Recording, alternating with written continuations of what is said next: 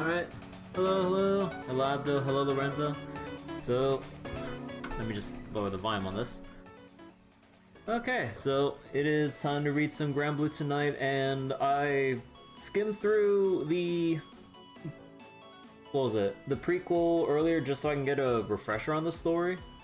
But yeah, definitely ready to read what they have in store for us here, because yeah, like this event is like a, what was it? Soundtrack. God, I feel like scatterbrain today because like I just try to like fix up my factory in hecking Arknight's Enfield already.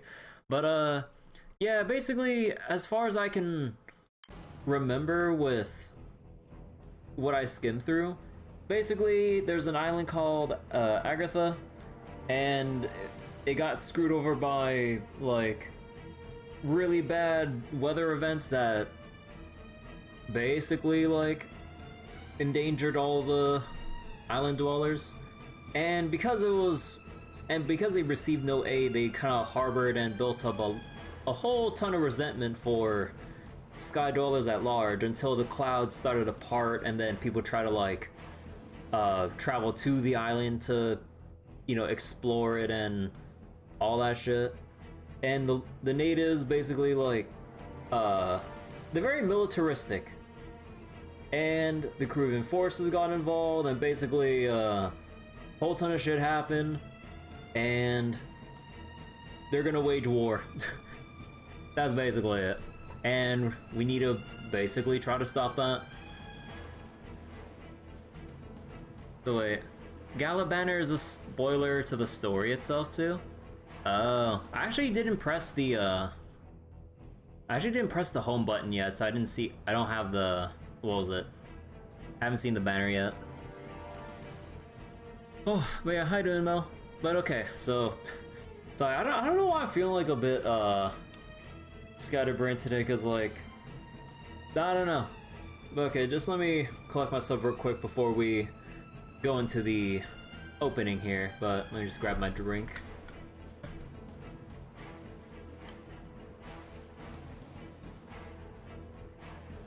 Okay, so let's go take a look at the opening. So wait, Zenless with the free Internaut membership. Oh yeah, I saw the event earlier today. You basically max out the bar and they reward you with a free monthly pass. Although it's kind of fucked up a little bit because it's like, yeah, you get a free monthly pass, so you're obligated to log in for the month now. Well, like, you know, like for people who haven't been paying for or who haven't bought monthly passes or whatever, now they're like, well, had to keep logging in every day to get more. But I mean, honestly, like putting that aside, it's actually really nice because it stacks with the paid monthly pass, so you just get like a whole ton of polys every day, or over the course of the month, I mean. So honestly, it's kind of nice. Killing with the content also goth like Arya skin. Yeah, I saw this. I saw the pictures for the skin. I'm like, holy shit! They really got Arya dressed up like that. I'm like, god damn. But yeah, I didn't see the actual 2.6 stream for Zenless yet. I was too busy managing my goddamn factory to actually look into what they're gonna bring up in the 2.6 stream and everything, or update. Get like 180 per day. Yeah, you get like a whole ton from like both monthly passes, the free, and if you pay for the monthly. So honestly, a single pull every day at that point, or at least with how it stacks up, good deal. But yeah, okay. So let's get to reading. 5 years ago. Oh wait, do I have my audio? Yes, I do. ほら、かかってこいよ。いい加減どっちが一番か決めようぜ。いいだろう。いい加減バカの目を覚まさせてやる。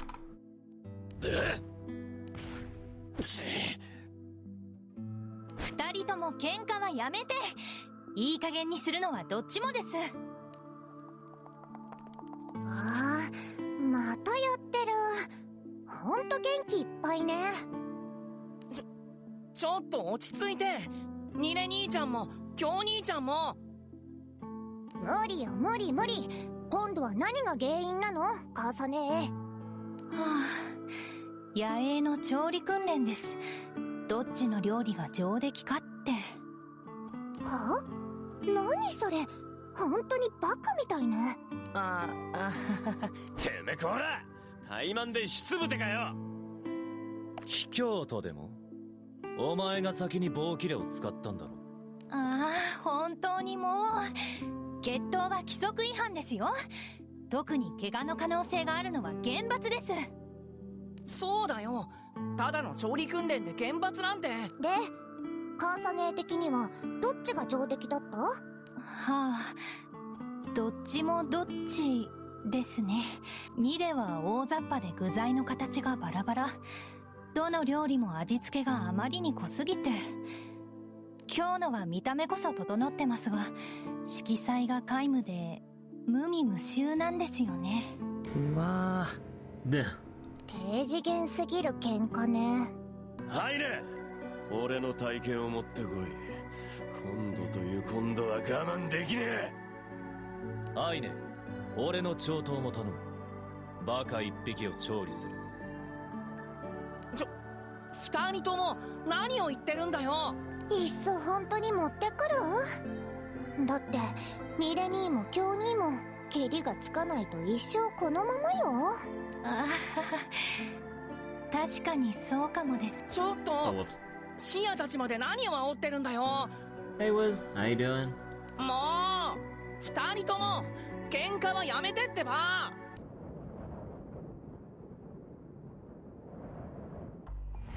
てめえちょっとニレ、落ち着いて今日の話も。I see that Sia has Riviera or the one of Dante's cats and stuff, or not really his cat, but you know. I just find it so funny that like oh I forgot, was the cat a girl? I forgot, but yeah, like she's just like wandering around in the story. It's so funny. どういうつもりだ。なんだって母さんを逮捕させた。クソ野郎だとは思ってたが、まさか10年以上も一緒だった同期を売るやつだとは思わなかったぜ。だんまりかよおい。お前はいつも何でも知ったような面で。お前こそ変わらんやつだ。アガルタの思想に染まりきったまま思考停止に陥った無批判者だろうが。なんだと。お前の目は腐っている。何も見えていないんだ。アガルタのことも両団のことも母さんのことも。あ？わからんだろうな。俺が何を考えているかなど言っても。ねえ、もう本当にやめて。私たちは家族みたいなものでしょ。本気で殴り合ってどうするのよ。どうするのよ。しや、家族か。この戦、お前たちは何か変だと思わないか？あ？何か変？確かに空の世界は想定以上の力を持っていた。秩序の気空団をはじめ、特に例の団長たちはな。だが想定以上も想定内。何せ総帥府は100年以上の歳月をかけてこの戦のために計画を練ってきたんだ。そこでカーサの暗躍、連絡手段を絶ったはずの増援、さらに収容所の早すぎる撤退、空の世界にとってあまりに都合のいい偶然が多すぎる。何が言いて？カーサの行為はきっと家族を。ここにいたのか二人とも。全両団兵に招集令が出たぞ。ニレ、頼んだぞ。ついにアガルタの戦が始まるんだ。了解だ。話は後だけど、まずは空の世界の奴らを始末する。アガルタに青を取り戻すためにな。わかった。待ってろシア。母さんもそのうちきっと戻ってくる。ミレも今日もちゃんと帰ってきてね。はいね、総帥のことも。心配すんな。当たり前だろ。シア、耳を貸せ。今はまだ何とも言えんが、この町に異変があった時は真っ先に母さんを頼るんだ。Oh. If anything strange happens, turn to her for help. でも捕まってるのにどうやって。任せたぞ。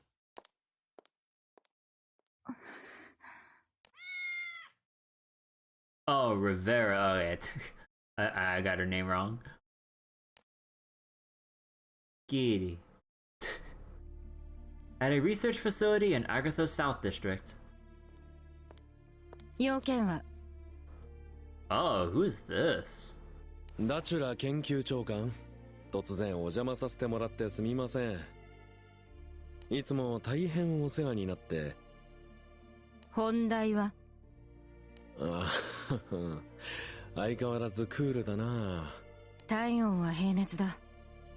私の健康状態の確認が本題か。Okay, new face for the event. ではな。今のは雑談というか時効の挨拶ですってば。本題は決戦兵器か。その域地とか論拠をちょっとね。そのためにはまず魔素について知る必要がある。魔素の正体は完全に謎だった。赤き地平より立ち上る超常力。分かっていたのはその程度だ。Truth about paranormality rose from Crimson Horizon. だが数十年前に前研究長官が魔素は火、水、風、土の元素に似た物質であることを突き止めた。Oh yeah, still need to set aside some time to catch up on hecking Granblue main story because a lot of shit happens that I really should know about.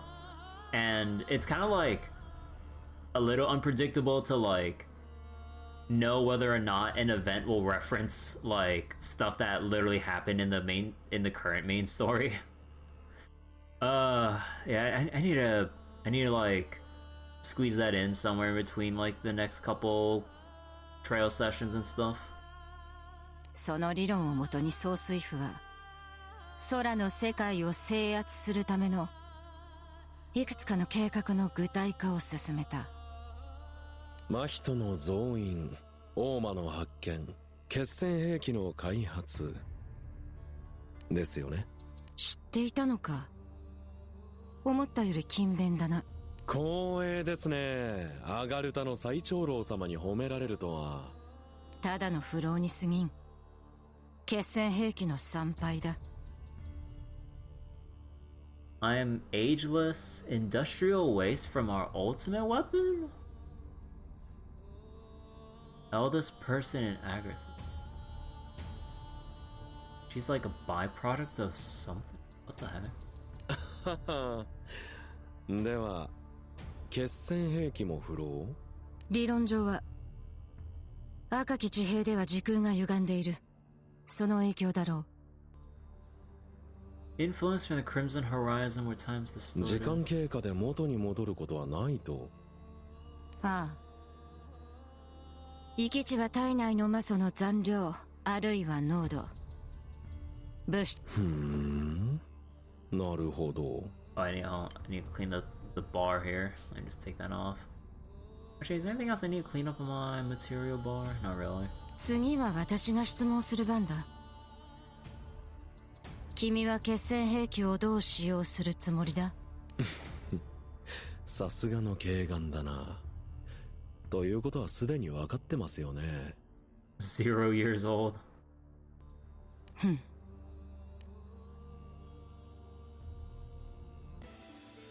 At the prison in Agartha's North District, enforcers are gathered in the office discussing the next move. ですが船長代理、奴らに対話を求めるのは危険すぎます。捕まっていた僕は知っている。奴らは人質を虫でも扱うように。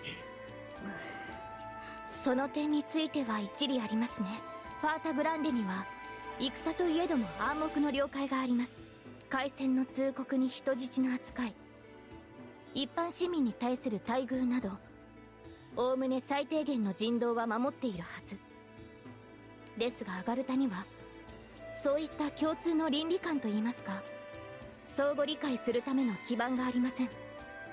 ただカーサさんのように。そのカーサ殿の貢献で人質救出が遂行できたのはわかるが、戦で仲間内に潜む敵は、つまり俺っちの勘では見ていいんや。Oh wait, hold up. つまり俺っちの God, 勘で the は long pause. 密偵班はカーサ殿の居所は確認済みかい？いいんや。姿形さえ見つかっておらんよ。Well, I always found funny just like McCoy's like heckin' afro. すでに排除された可能性は。I don't think anyone else, or does anyone else in the Granblue cast have like an afro of some sort? I don't think so, right? 大いにあり得るの。戦において裏切り者の排除は急務も急務。証拠だの証明だのはすっ飛ばすもんよ。安心せい。そうなる前に密偵班が救出する。先日の作戦の時の恩もあるが、彼女の知る情報は己らにとって重要だ。でも奴らは頭の中まで魔物っすよ。先行を取んねえとまずい気がするっす。では開戦するか。だがどうかの。アガルタ領団一人一人の力量は名のある騎士団長級といったところだぞ。Probably one with an afro. Maybe? I don't know. Like, even with like the plethora of Granblue characters over the years, I don't think they've really selected like, or I don't think they really went for an afro at all, except for McCoy here. さらにはニレと言ったか。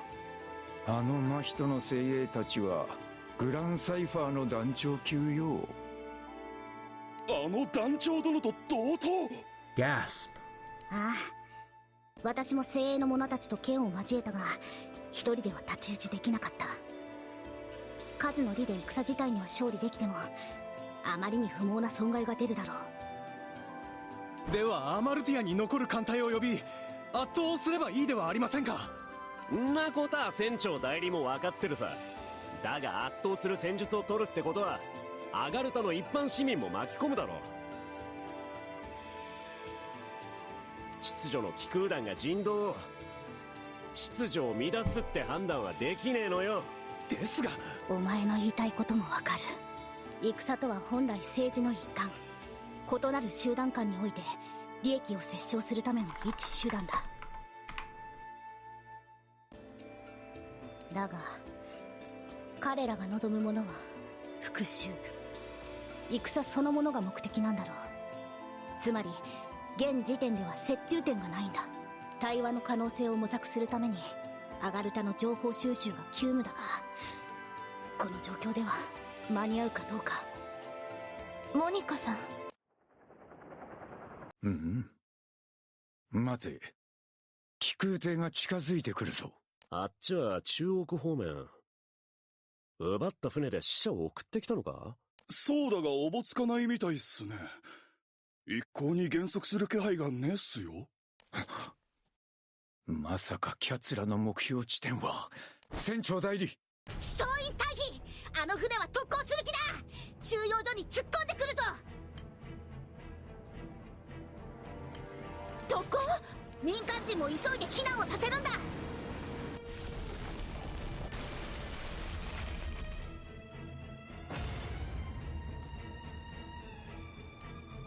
Well, that's one way to start us off. アガルタ。Man, まさか自爆特攻だなんて。that was all just the opening. 本当に理解で。Outbreak. Resident Evil Outbreak. Oh yeah, speaking of, Resident Evil Requiem's coming out, like, soonish, right? Hold on, let me double check. Like, I really want to play Resident Evil Requiem. It's gonna be next month on the 26th. Oh, okay.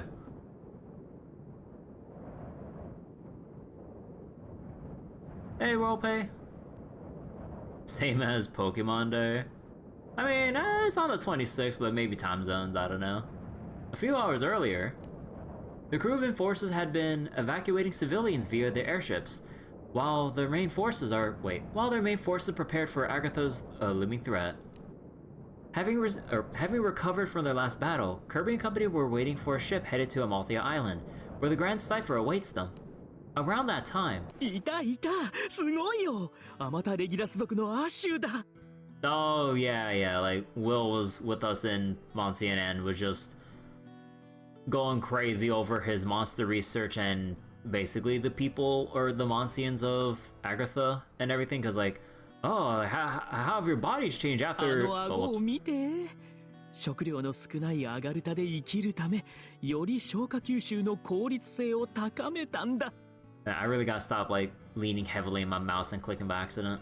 But yeah, he has this whole fascination with, like, monsters and biology and stuff, and after learning about the Monscians, like, differing from regular humans, having basically lived off the land and primarily the monsters as sustenance and everything, their bodies have kind of, like, changed in different ways. I also, like, think something about the various materials, minerals that they've used for their weaponry and training and something like that. Again, I kind of, like, skimmed around a lot of cutscenes, so I think I might have missed some specific stuff with how the Monscians have lived off the land. But yeah, Will was extremely fascinated about all of that. Very, very fascinated, to the point where the Monscians were like, yo, this guy's a freak. It's so funny they straight just call him a freak. 同時に縄張りとかをめぐる熾烈な進化的軍拡競争の結果だろう。たった400年でここまで形状が変化するなんて。ああ、リ君、僕は感激だよ。はい、そうかよ。まだ魔物観察をする気か？もちろん。ここには新種も亜種もたくさんいるんだ。すべて観察するまで僕は帰る気ないよ。おいおい、毎日毎日魔物観察で飽きちまいたぜ。たまには他のもんも見てみねえか？アマルティア島に戻る船が出るまで。So wait, species, subspecies, present. Okay. Yeah, because Rivera's chilling with, like, the other guys in Agartha. だとさ、自分で言っていたじゃないですか。猫ちゃんを探すときは静かにって。もうすまん。頭では分かってはいるのだが。リベラちゃん、どこにいるんですか？リベラ殿、この地はあまりに不自由ゆえ、一言で良いのでどうかお返事を。まだ見つかんねえのか？この辺で猫がいそうな場所はだいたい回ったんだけどな。あとは中央区とかいうアガルタの町まで行っちまったとか。ならば我は中央区まで攻め上るまで。団長、共にアガルタを制圧する気はあるか？ Join me in subjugating Agartha. All the fine Lord Rivera. おいおいおい、さすがにむちゃくちゃだろう。僕も付き合わせてよ。他の区域の魔物も見てみたいんだ。ああ、もちろん猫殿も一緒に探すよ。Oh boy, monsters. Oh, yeah, I mean, I guess we should find the cat too, yeah. 感謝する。汝の魔物観察に自由があらんこと。うんうん。猫との捜索も発見があることを祈るよ。待て待て待て、なんでそこで意気投合するんだよ。中央区といえばその先に南区もあるんですよね。ああ、モニカが言ってたよな。アガルタのこといろいろ分かってきたって。この国で一番偉いのはアガルタ領団総帥のハイネってやつで、次に副総帥とか参長官とかいるってよ。参長官は確か秘書長官、内務長官、研究長官。 Secretary of Intelligence, Justice, and Science. ああ、ニレだとかキョウだったかは領団の精鋭でエース格みたいだぜ。Enhancho, Haine, Elite Fighters. カーザさんもそうなんですよね。連絡が取れるといいんですけど。心配だよな。ちょっとマッコイに聞いてみるか。そうですね。猫ちゃんのこともマッコイさんに聞いてみてもいいかも。凄腕の密偵さんですので、リベラちゃんの足跡とかそういうのがわかるかもしれませんよ。うん。秩序の者たちも今後の対応が決まる頃、あの爆発頭にも協力を。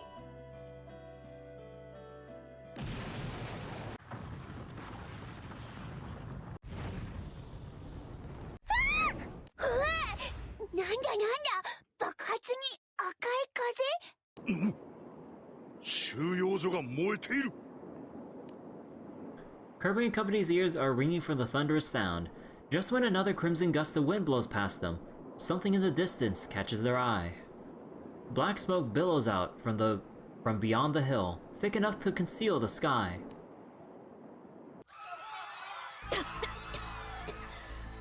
まずは民間人の保護を急いで。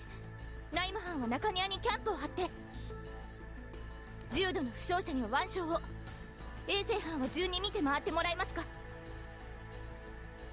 私たちも手伝います。何か指示をもらえますか。ありがとうございます。では衛生班の資材の準備を。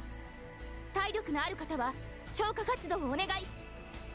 了解です。モニカさん、どうか生きてて。 The surprise airship attack has left the prison half destroyed as large flames continue to ravage the facility. Having survived the initial attack, Leisha rises to the hand of the situation, and forces are suffering only minor injuries to rush to the rescue as remaining civilians also offer their help. リーシャさん、ルリア、よかった。皆さん収容所を出ていたんですね。こりゃ一体何が起こったってんだよ。自爆特攻です。アガルタの者が飛空艇で収容所に。自爆特攻だ。なんだよそりゃ。船で突っ込んできたってことかよ。さすがアガルタ。勝利のためには仲間も虫けら同然か。本当に常識外れの戦略だね。モニカさんは。マッコイさんも見当たりませんが、お二人ともまだ見つかってません。ただ二次火災の対策は済んでいて、徐々に瓦礫の撤去を始めるつもりです。その時にきっと見つかるぜ。絶対に生きてるに決まってら。うん。マッコイはただでは転ばぬ男だ。この程度で死ぬほどやわではない。そうですね。私たちも手伝いますので、瓦礫を。ん？ああ、なるほどね。まあ、この機会を逃すはずないか。見て、団長たち。アガルタ領団。Out of nowhere, hunters appear on the rocky terrain in front of the prison and promptly advance on their target. あいつら大勢でそこまで迫ってきてるぞ。参ったな。さすがに死者には見えないよね。青の騎士の娘、ここは応戦せざるを得ん。団員たちを割り振ることはできるか。はい、急いで救助班と戦闘班に割り振ります。オイラたちも役目を割り振ろう。ルリアは救助班で男どもは戦闘班だ。わかりました。皆さん頑張って。準備はいいか団長。収容所に侵攻される前に撃って出るぞ。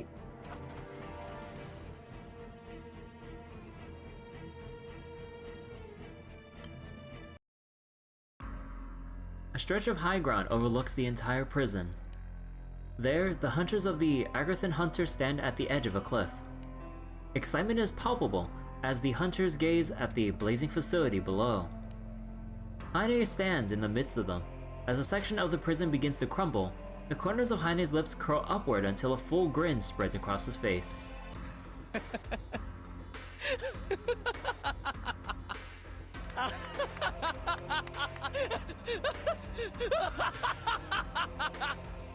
見たか。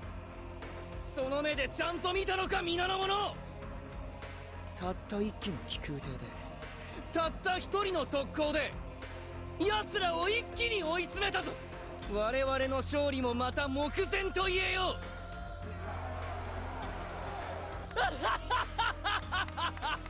う。まずは収容所の奪還。奴らの気空艇を全て接収する。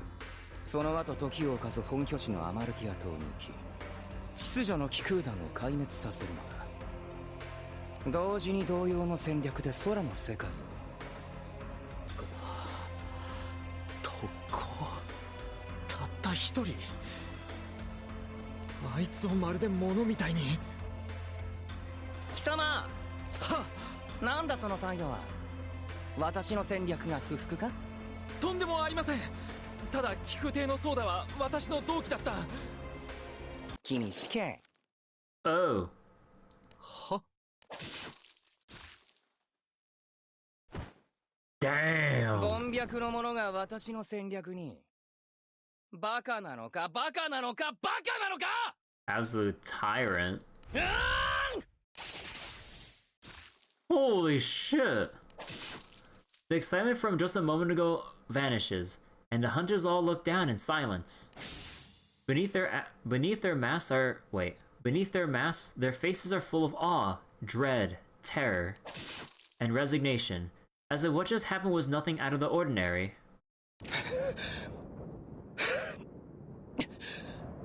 総帥、じきに一班が収容所に到着する頃です。次のご命令を。私に指図するか。貴様はまだ総帥のつもりでいるな。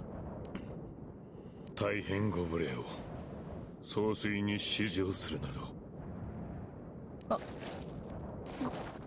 ごめん。痛かったかい。痛かったよね。本当にごめん。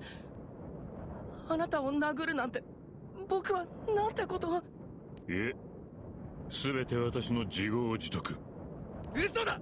私が本気で殴って平気だと。貴様は私を舐めているのか。本音を言えば、とても痛かったです。気絶寸前になるほどに。そうか。そう。では次の戦略を展開する。2班を左翼に回せ、3班は敵の正面に。合わせて各班の兵長に戦況を伝達せよ。御意。Hey Wiz, how you doing? Yeah, Heine's like... What was it? The state of his mind is like in complete disarray with him like just swapping from killing a soldier for harboring some doubts and feelings about his colleague that basically committed suicide in that suicide attack, and then just immediately nearly bawling his eyes out over slapping Aiden. Like, holy shit. He is not of sound mind, to put it very lightly. 化け物だ。ここまで差があるとは。進め。今こそ空の民どもに復讐する時だ。父さん、母さん、ごめん。At last, war breaks out across the rocky region in front of the prison. The surprise airship attack had thrown the Kruvan forces into disorder. Without solid lines of battle, there is nothing they can do but put everything into defense. Yet, despite the dire circumstances, a young woman stands in the middle of the combat. Wait, in the middle of the combat like a maid in a battle. 皆さん落ち着いて。両団の白兵戦に付き合ってはダメです。まずは距離を取って二人一組になり重機による十字放火を。いいですか？数の利は依然私たちにあります。一人一人ひるまずに対処。了解です。各自照準。船長の言った通り真人の弱点は銃だ。アガルタで散った仲間たちの仇を取るぞ。They're weak to guns. 撃て! At Leech's command, the sounds of gunfire begin to ring out across the battlefield. The sound of the hunters' blades fade as their advance on the enforcers slows. おお、両団のやつら足が止まってきたぞ。さすが青の騎士の娘。戦列の崩壊はなんとか回避できたか。さて今度はこっちの番。なんとか反転攻勢に出たいところだね。おいおい、まだ観察とか言ってんのかよ。いい加減に。そこにいるのは分かってたよ。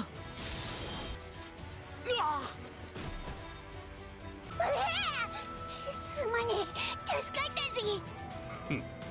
研究者殿もさすがだな。あるいは唯一の天敵か。天敵？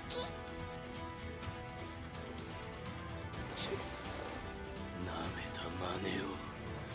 少々勝ち急ぎすぎたか。ここは一点突破だ。各員戦力を集中させろ。させるものか。収容所は維持でも守り抜かせてもらう。何が維持か。ただの人間ごときが。発射！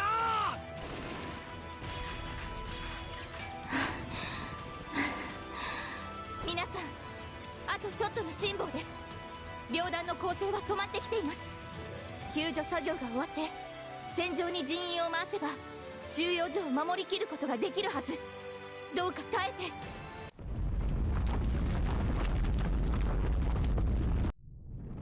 Oh. Oh, they're just unleashing all the monsters on them too. どうして魔物が戦場に？リーシャさん、右翼です。右翼に魔物の大軍が現れました。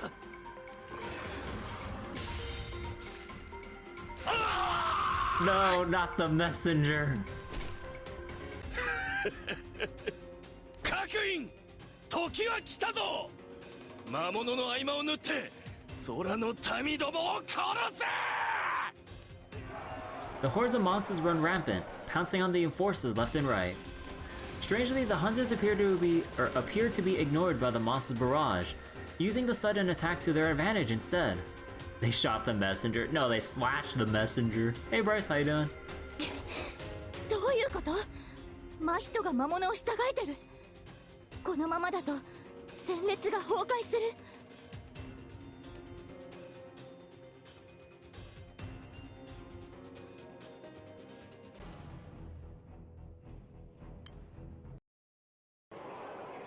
At the Agarthan Hunters headquarters. You're fine, how am I doing? I'm doing alright. It's been part of the day rereading Monscian Act 1 so I can get the refresher on what happened in the story. And yeah, it's been a whole bunch of time earlier playing Enfield and stuff, trying to get the factories all set up because, oh god, like I'm just kind of like setting up my factories piece by piece, like from night to night, because trying to like full reset everything to go like, okay, let me restart all of my production from scratch. Oh dear god. Oh dear, it's... Oh god, my brain's like heckin' exploding over like figuring out the production chains and everything. It's kind of fun, but like, oh my god, it's so time consuming to figure out shit in Factorio mode.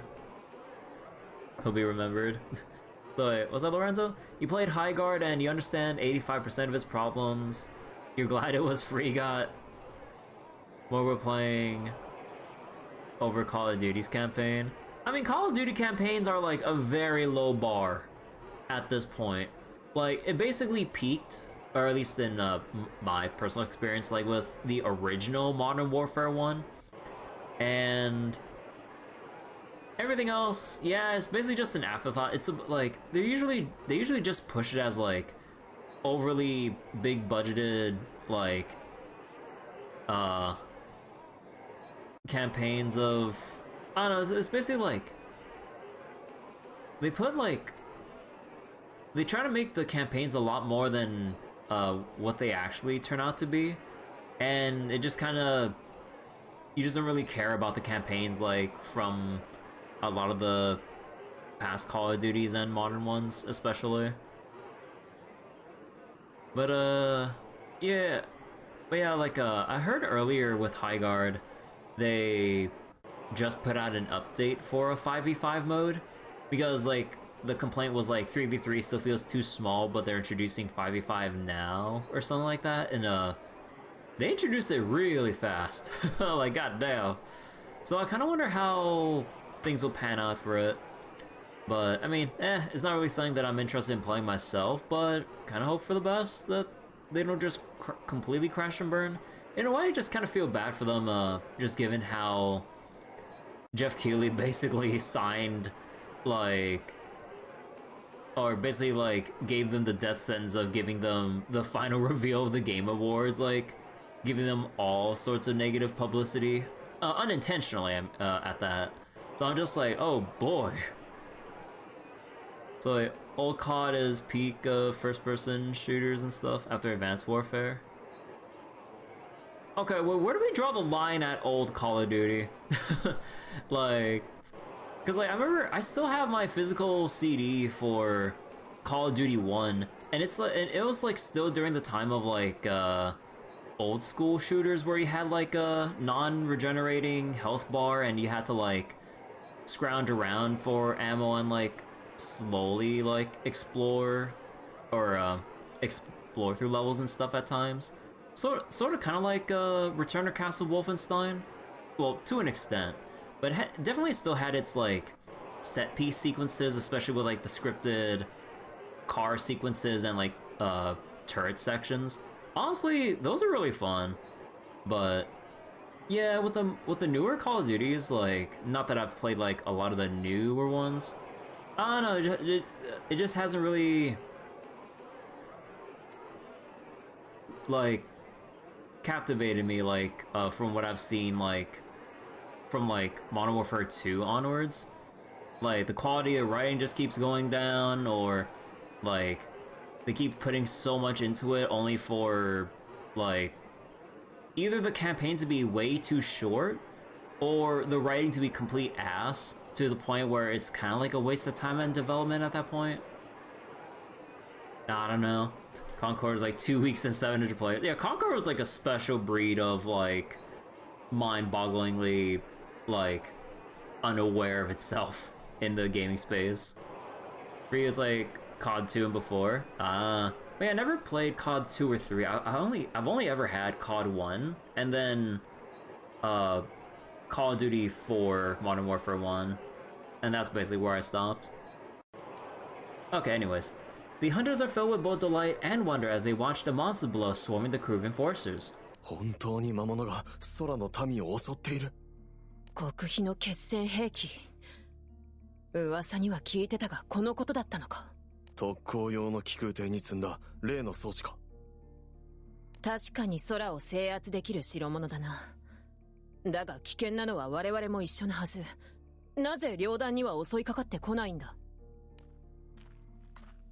魔素の習性だ。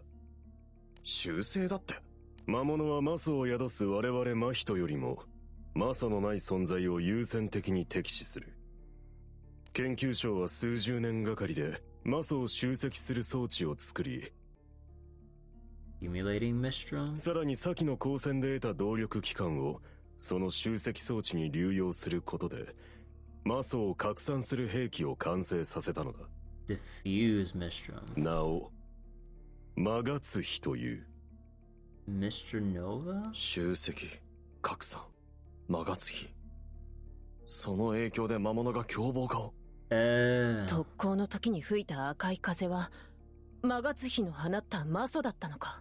ああ、アマルティア島の選挙がなった暁にはマガツヒを他の島々に送り込む。 Okay, so that's how they plan to spread out and attempt to conquer the Sky Realm. Because, like, I was like, how are they gonna go around to, like, each island and try to, like, wage war and take it over? They'd be spreading themselves too thin.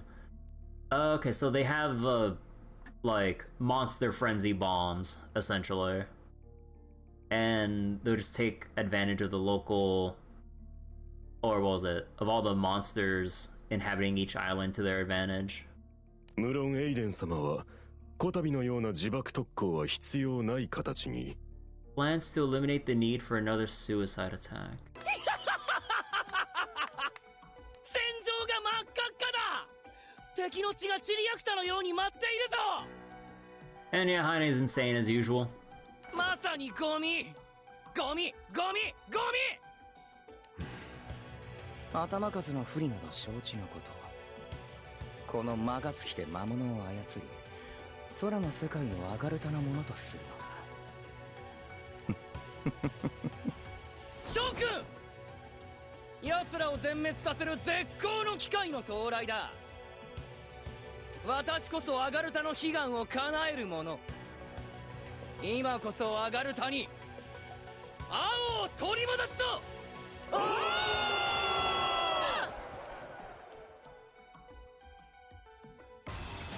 The crew of enforcers is forced onto the defensive once more, with both hunters and monsters as their opponents. なんだってんだよ。なんで魔物は俺っちたちばかり。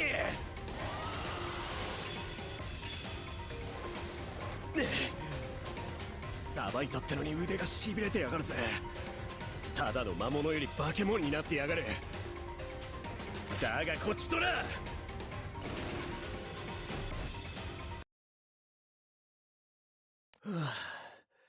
こりゃ骨が折れるぜ。他の団員たちのバックアップは。 It got back up. 悪い夢でも見てんのかよ、おい。い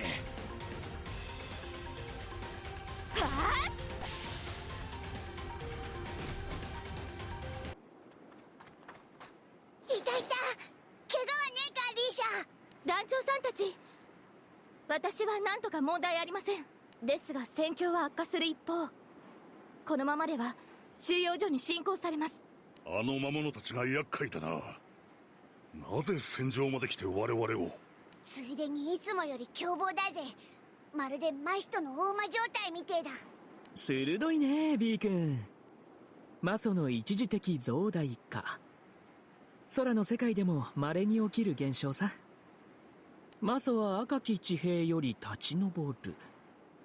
魔物観察の時に吹いた赤い風。まさかアガルタは人為的に魔素を撒いて魔物を操ってるということですか？推論だけどね。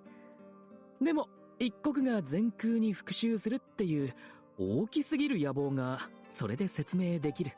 島々に同様の戦略で魔素を撒き、魔物たちに人間を襲わせちゃえば世界征服も絵空事じゃなくなるだろう。そういえばモニカも言ってたよな。数の不利が分かってて戦するのは秘密兵器を持ってるのかもってよ。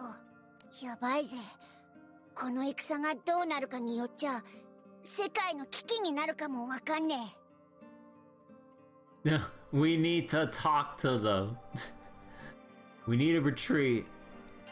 おいおいおい、みんなの話を聞いてなかったのか？ Oh no, wait, no. I thought like we retreat to like a better defensive. No, I think that retreat meant like leave the island entirely. Whoops. I completely misinterpreted that like retreat line. 水際作戦だ団長。今この場で食い止めねば被害は全空規模になるぞ。You know what? Fuck it. Let me take that back. Cause like I thought that like. やばいぜ。この戦がどうなるかによっちゃ世界の危機になるかもわかんねえ。Alright, we need to stop them. おいよ、ここはオイラたちの出番だぜ。Kirby nods and turns to Lisha, sword raised in solidarity. 皆さん、ありがとうございます。いいってことよ。世界の危機なんていつものことだぜ。みんなで生きて帰るぞ。はい、モニカさんはきっと生きているはず。マッコイさんも他の方々も。うん、戦を終えねばリベラ殿も捜索できん。何が何でも勝たせてもらうぞ。うんうん、まあ魔物観察のためにもそうだね。でも何より魔物を操るなんて行為、僕は許さないよ、絶対に。では取り急ぎ作戦を。船長、今度は左翼に増援っす。正面より数が多いって報告も。左翼にも。くそ、戦況がちっとも落ち着かないぜ。でもオイラたちがそっちに行きゃ。まあ待てよ。あのボサボサ頭は。ごたごた考えんのはやめだ。俺は剣を振るってりゃいい。お前ら左翼に行きたきゃ行っていいぜ。今日が待ってる。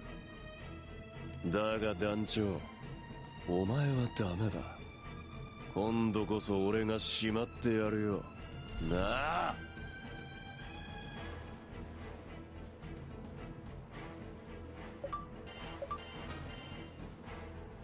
Messy hair. I mean, Viren just like nicknames like or gives like pretty much everyone nicknames.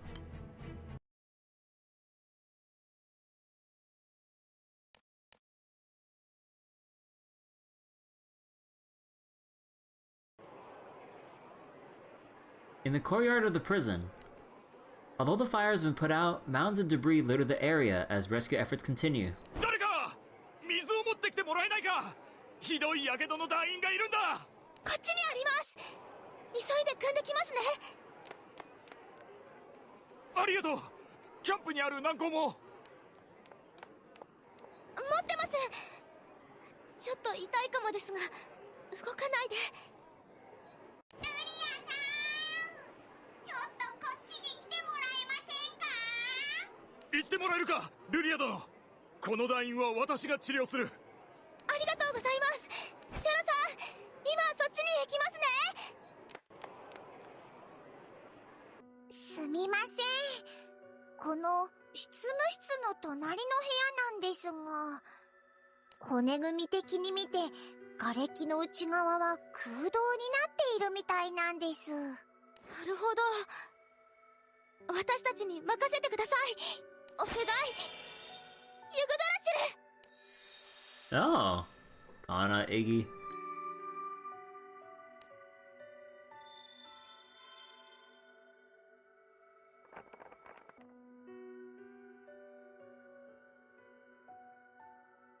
An affectionate light radiates from Yggdrasil. The debris is lifted into the air, revealing a hollow space within. When Lyria and Sherokar peek inside the hole, they spot the figure of someone familiar.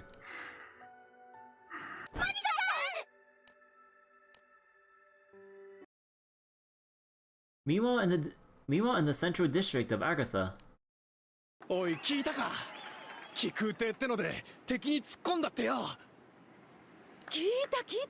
本当にすごいわね。次の速報はまだなの？すでに勝ったも同然だろう。敵の指揮官は死んだって話だよ。違いねえ。あの両団は史上最強さ。精鋭のニレに今日にカーサ。カーサ？噂だとあの子は捕まったんだろう？まあそのうち処刑になるだろう。だが本当にハイネ総帥の戦略はすごいよ。Ah, the strategy of sacrificing a soldier for every attack. 処刑？母さん、どこの施設にいるんだろう。 Oh my gosh, she is still carrying Rivera. 母さんはきっと私のせいで、私があのことを喋ったせいで。はいね。ちょっと待てよ。おい、聞こえてるんだろ。お前に何があったんだよ。はいね。この時期に総帥の交代劇。新総帥は歴代最年少のハイネ。運命のいたずらか。あるいは絵を描いた者がいるのか。シア。あ、待ってシア。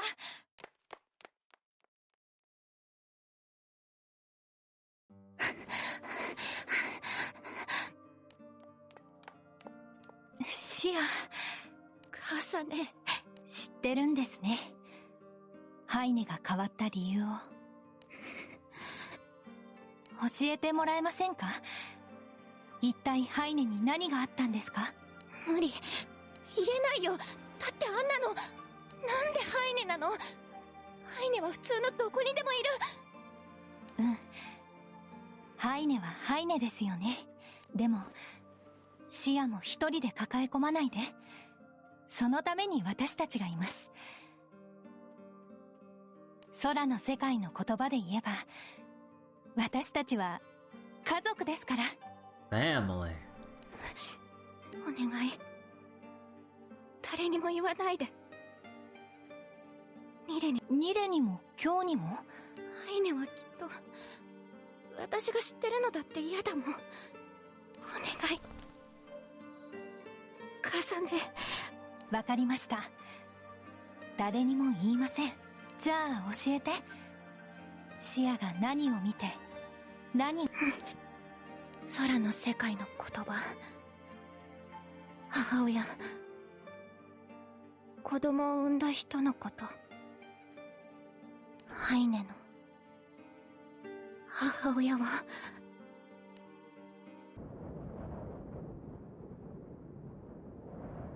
Oh, the cliffhanger.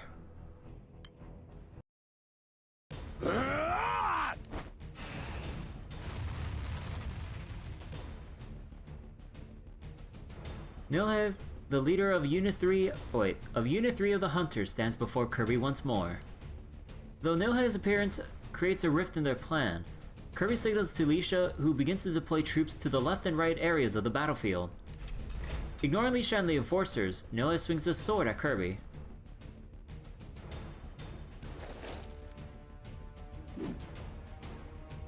Oh, 首の皮一枚でかわした。前ん時の傷は治ったか。よかったぜ。因縁っての？お前のことがずっと気になっててよ。何が因縁だ。こっちはいい迷惑だぜ。宿域とか復讐とか、お前たちが大変だったのは同情するけど、いつまで被害者みてえに言ってんだよ。大変だった。過去形かよ。お前らゲロ食ったことあるか？は？初等間の時に食料不足が続いた。俺はたまたま見つけた虫を食った。目が霞んでて毒虫だと気づかなかった。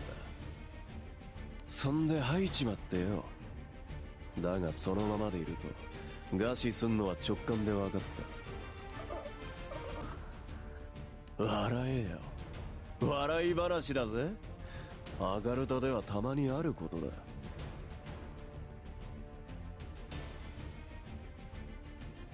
You're just trying to justify yourself. お前らの先祖に言えよ。救出が間に合わなかったとかなんとか。自己正当化はそっちの方が先だぜ。でもよ、魔物を操ってまで戦をするのかよ。そこまでするほど腐ってんのかよ。マガツヒのことは俺だって。マガツヒ？ち、うるせえ。なんで爬虫類が喋ってんだよ。は？お前が先に話を振ってきて。もう知るか。ニレを食い止めるぞ。 On the left side of the battlefield. 発射用意。撃って。十字砲火。この戦術で一班を食い止めたのか。だが無駄だ。お前たちの出番だぞ、別班。分かった。2班は巻き込まれぬように注意しろ。各員発射準備。甘色の髪の女だ。奴が現場指揮官だろう。二次方向に撃て。両弾が銃器を。あの銃は秩序の気空弾式のものっす。あいつら前の交戦で奪った銃を得得。別班前進。2班の進路を確保するぞ。来る。皆さん陣形を変えます。各自12時方向に車線を。危ねえ船長。魔物。 Who could that be to the rescue? Oh, wait. Who the fuck are you? 待たせたわね。戦場の奏者アンリエットの登場 Oh, よ。 yeah, wait, holy shit, she the new matter character? Wait, holy shit, wait. Okay, wait. Let me check, Arya real quick, wait, what was her other version before? There was... Wait, when did this version of the other version of her come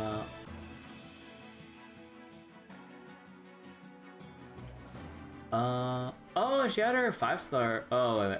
Oh, okay. So Arya came out in 2015, 5-star uncapped 2024, and now here's her new version. Holy shit! Reminder that she's part of the Enforcers. I do not remember at all. It's been so long. I don't think I even read her Fate episodes. Like, oh my god.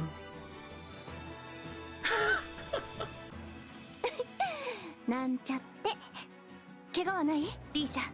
エティさん？11 years.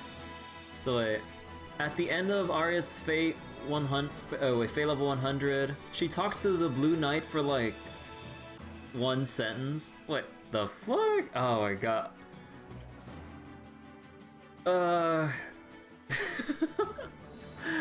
Oh my god. Yeah, no, I don't think I read her episodes at all. 諜報部各員、我々は魔物を陽動するぞ。Bob's the looking ass. I know they're supposed to be the spies, but 驚いた。どうしてここに？第4機空挺団の諜報部に部下のマッコイの伝書鳩が来てね。で、アガルタとのいざこざを知ったの。いろいろ厄介な事態になってるなって。そこで密偵のみんなに相談させてもらって、モニカちゃんに黙って来ちゃったのよ。来ちゃった。独断で応援に？ You just decided to come over. だって最近心配なんだもの。モニカちゃんいろいろ責任を負いすぎてて、音楽活動優先で業務委託の私に諜報部のリーダーを任せたり、特別待遇をもらってる恩も返さないとね。On the main story end of things, hand it over to Alicia. Oh my god, I'm forgetting so many things in the main story. Again, I still haven't caught up yet. I'm still on chapter 178. Although I think like the thing with the Blue Knight was like earlier, right? But yeah, I don't remember. ありがとうございます。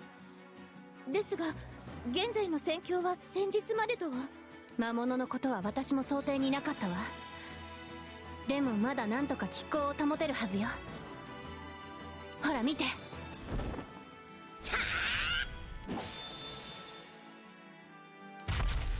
モニカさん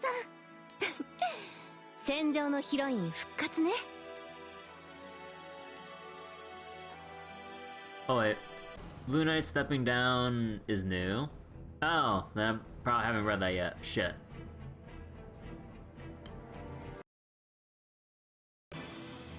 The intelligence unit and Monika have arrived to join the fight. The enforcers restore order in their ranks, shifting back into the offensive as the situation deviates from the hunter's plans. 前例班各方面に指示を。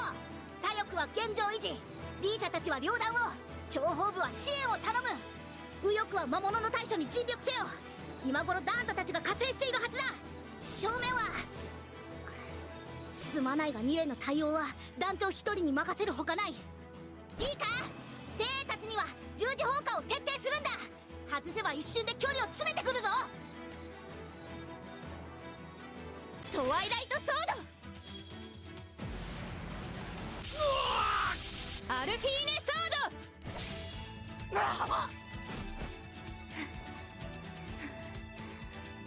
ド。モニカさんの指揮のおかげでなんとか対抗できてますね。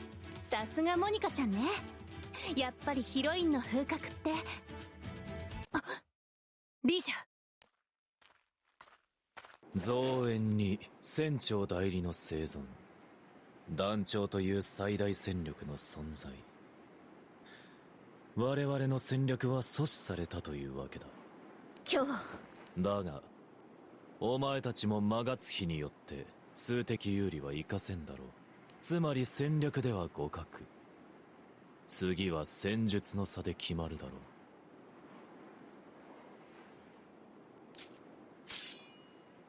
二人でかかってこい。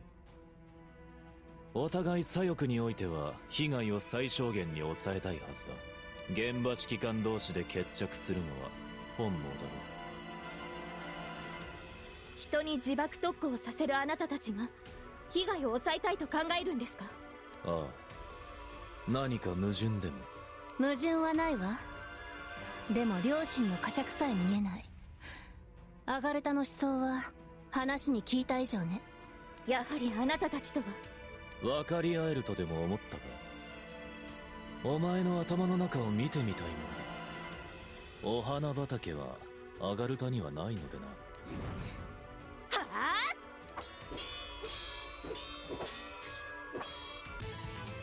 あ？On the right side of the battlefield,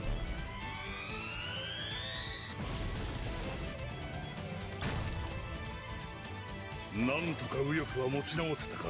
みたいだね。いろいろ観察できてよかったよ。やっぱり例の赤い風は危険だ。麻痺と同様魔物の寿命を縮めるだろう。僕たち普通の人間にも影響があるはずだよ。うん。では急ぎ秩序の指揮官と合流すれば右翼の戦列をまとめるのだ。うん。あと一息で逆転。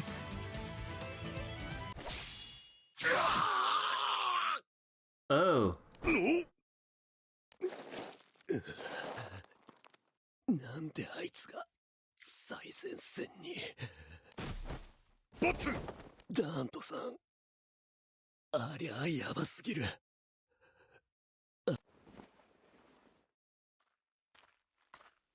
ごきげんよう、空の民の諸君。Oh. Well, shit. 私は不機嫌だ。君たちの無駄なあがきが不愉快でね。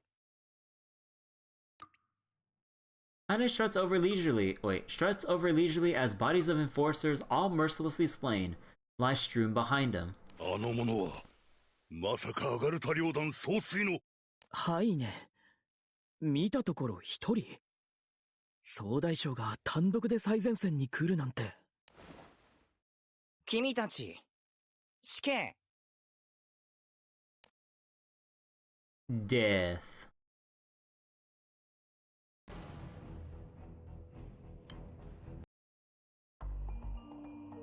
Kirby and Nilhe are in the middle of the battlefield. Lisha and company face Kyo on the left, while Dante and the others stand off against Heine on the right.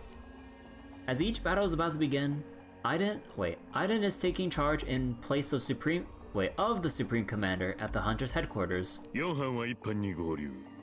5班は左翼に回り、6班は平坦を。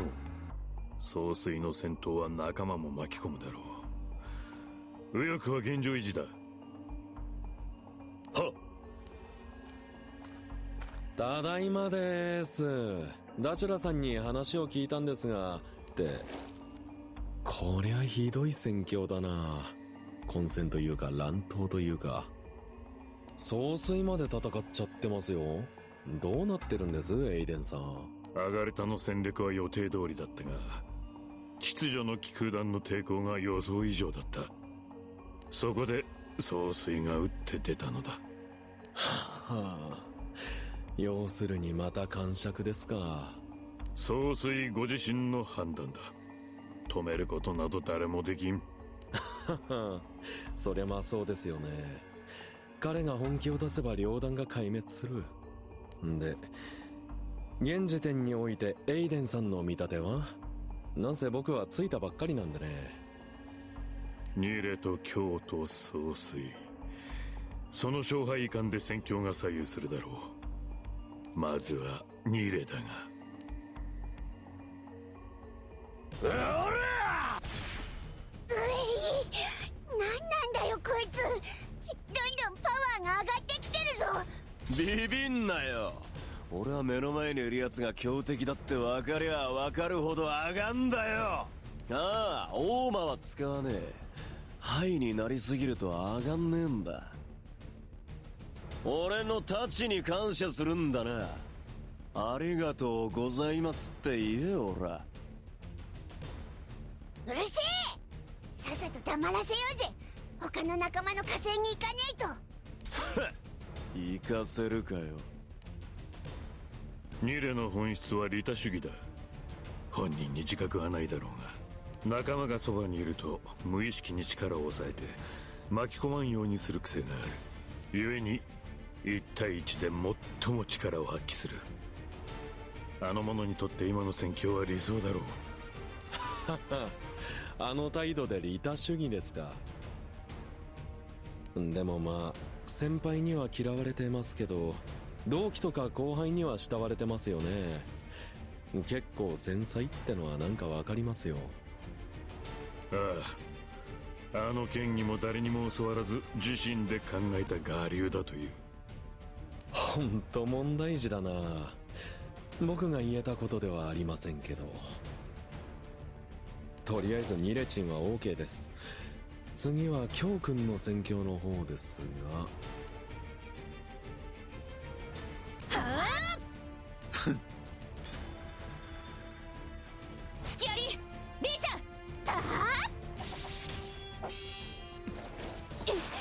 ャ。なるほど。あえて致命傷は狙わず交互に切り結び体力を削る連携技か。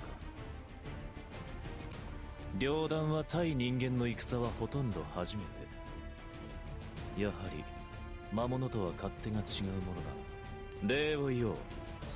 今後の戦のために学ばせてもらう。あなたたちに今後はないわ。今ここで食い止めるもの。無駄だ。このアガルタ北区は魔物の巣窟。両団にはいわば無限の増援がある。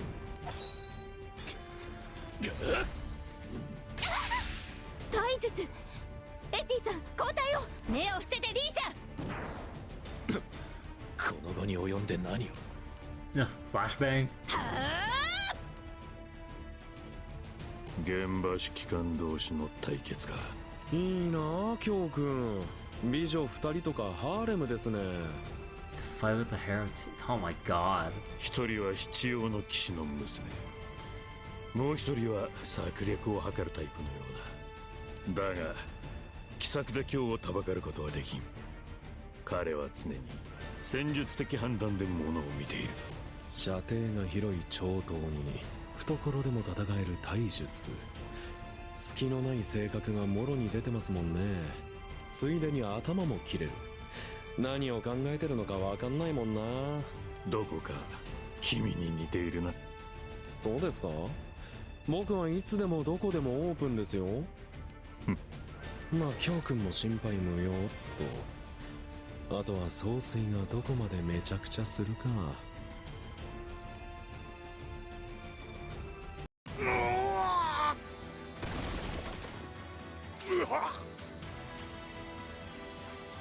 退屈だ。両団の精鋭たちと互角と聞いていたが、所詮奇襲による混乱あってのことか。ああ退屈だ。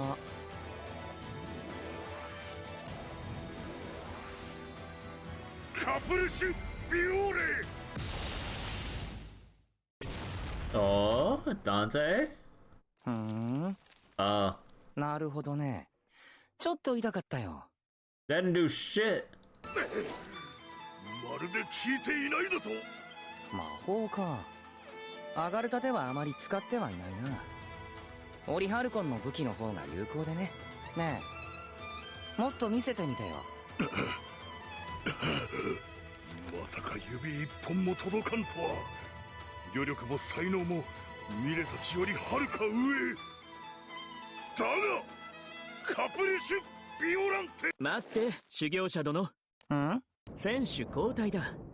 ありがとう。君の奮戦のおかげで彼を観察できた。研究者殿。おー、観察。君が噂の変態研究者か。ねえ、総帥殿。お目にかかれて光栄です。だが頭は悪いようだ。私に勝てる者はただ一人、私自身だ。さてどうだろうね。本当に君が頂点捕食者かどうか、もっと見せてみてよ。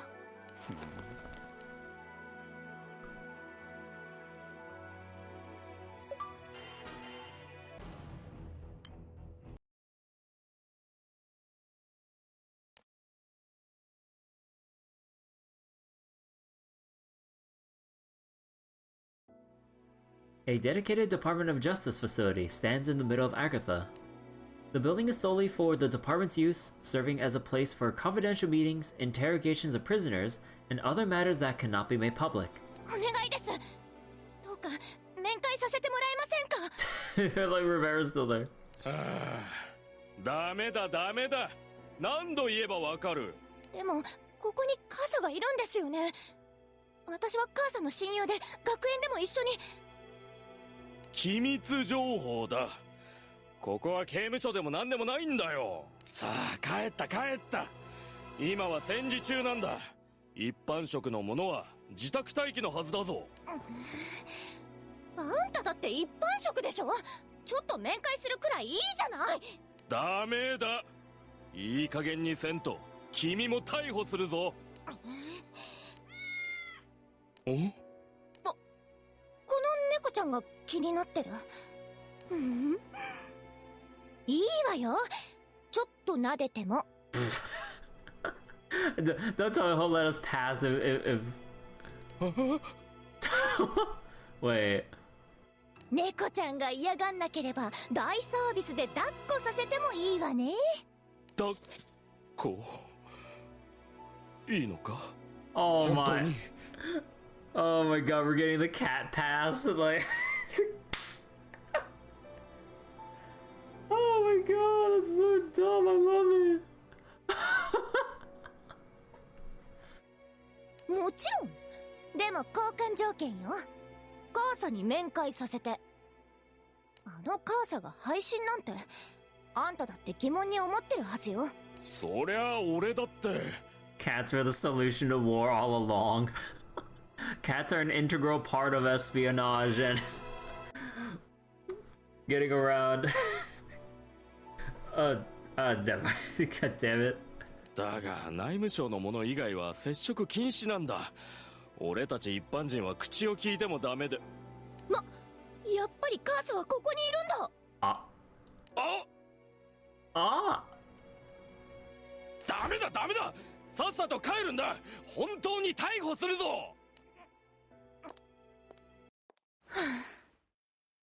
あの施設にいるのは分かったけど、どうすればカーサに会えるんだろう。忍び込むなんてゲート、私にできるのかな。およ。おお、すまんすまん。McCoy。いえ、こっちこそごめんなさい。リベラ。え？ああ、変わった動物がおると思っての。巷で噂の猫というやつか。では失礼するぞい。何あの髪型。確かアフロ。触工区画の人かな。Maybe he's a factory worker. I guess they never did see each other in Act or ran across each other in Act 1. Huh. The black cat gazes at the man with the afro before jumping out of Sia's arms. Tail swishing, the cat dashes after the man, as if guiding Sia down the path she's meant to take. Oh my god.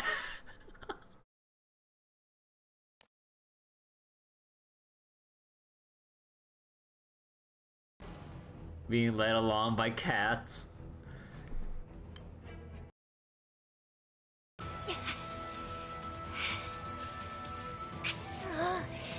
まだやるってのかよ。こっちのセリフだぜ。認めんのは尺だが、俺たちは互角ってやつだ。本来は収容所の奪還が先決だがよ、お前をしまわねえと先に進む気はねえ。お前もそうだろ、団長。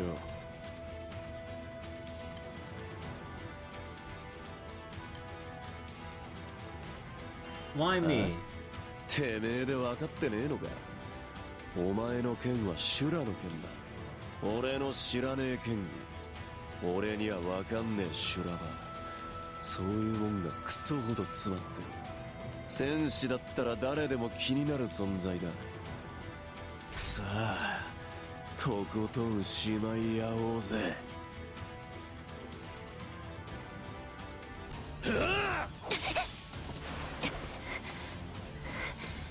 困ったわね。まるで隙がないわ。そうですね。地の利もあって資格がありません。懐に飛び込めても体術も一流以上。あの長刀の唯一の短所を補ってる。話に聞いていた通りの切れ者ね。ええ、正直戦術も戦闘も私では叶いません。ですが今はエティさんがいます。ここでなんとか食い止めないと。不可能だ。さっさと降伏するのだ。有能な者は両団の傘下に置いてやる。まさか世界の危機を前に降伏ですって。あなたたちの野望は絶対に止める。でないと私が来た意味ないもの。バカ。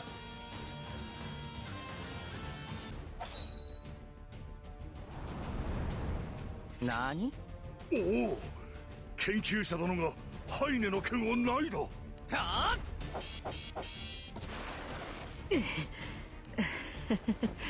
分かってはいたもののきついな。もう右腕が限界だよ。貴様、なぜ私の剣をいなせる？魔法か？魔物さ。君たちは魔物を狩る術を基盤とする、つまり対魔物に特化する戦闘技術だ。そこで魔物の生態を知る僕は、まあいわば逆算をすることで君の次の行動を予測できる。たとえ目には見えないほどの検測でもね。なるほど。故にハイネの立ち筋を読めるのか。先の光線の報告書通り、空には予想を超える者がいたものだ。ああ、わかったよ。私の剣を自由にさばいてみせたまえ。いつまで持つのか見せてもらおう。ほーら、まだまだ。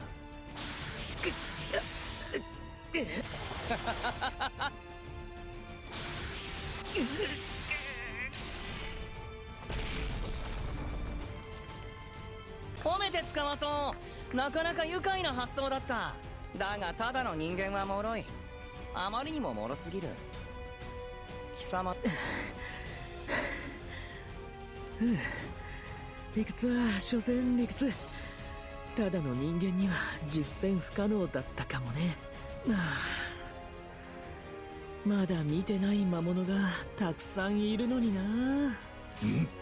チャオ。研究者殿、伏せろ。なんだ？貴様らは何を？お願い、バハメ。 Oh shit. Surprise Bahamut.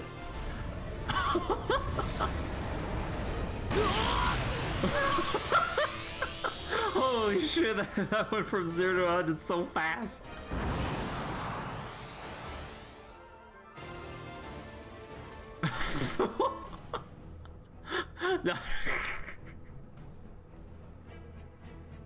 Holy shit.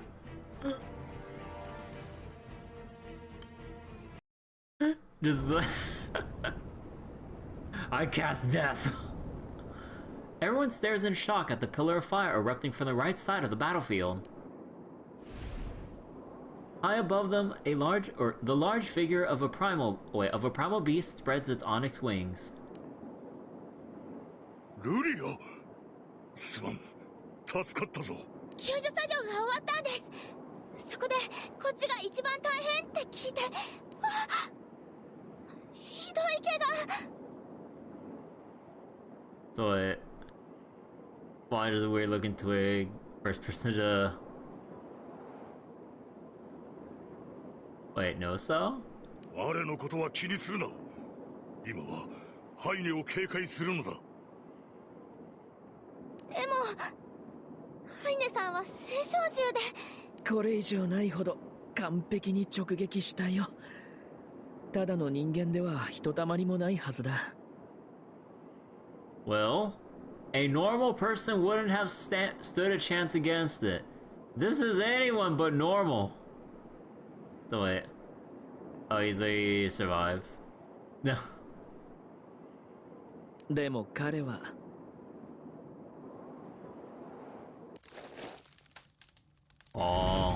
ルリアということはあれが青少獣。 Whoa, big surprise, he survived. あー痛い。こんなに痛いのは久々だよ。この醜い文様は不快だが、貴様らは王まで処理することにする。来るぞ。光栄に思え。消えた。まさか。魔物を狩ることに限った戦闘技術？別に切り刻めば人間も一緒だろう。魔物も人間も真人でさえもこの僕の前では平等なんだよ。So far in Granblue, no one's been able to stand up to Proto-Baha other than another Bahamut. So yeah, Monscians are, like, insanely durable and dangerous. I mean, they've been saying that, like, ever since the Act 1 event, that, like, Monscians are a big threat when they're put up against, like, your average person. Especially when they power up. ダメだ。こっちに来ちゃダメだ。修行者殿、彼女を団長たちの元に。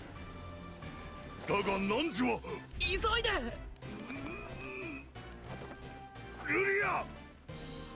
Whatever this thing is that makes Monscians so strong and cannot be of the sky. I believe they already explained it. I believe like it's like some kind of like mist or phenomena thing from the Crimson Horizon that they've basically or I think that was the thing, right? Something from the Crimson Horizon that's like empowered them, that they're like manipulating to their advantage or something. Unless I misread that. Oh no, that was like the thing that enrages the monsters, right? Or are they both using it to both enrage the monsters and empower themselves?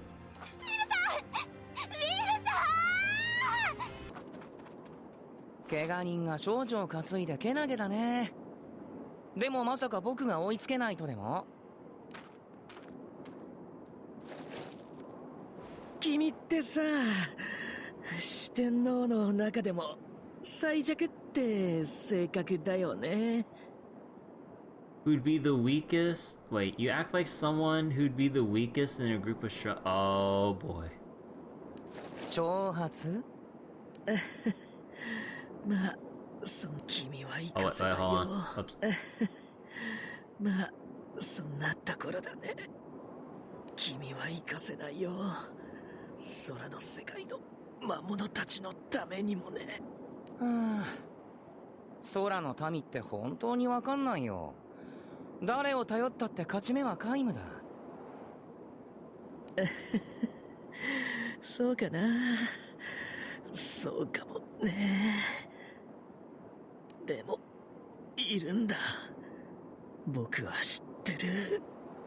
いつも可能性を切り開いてきた人。そっか。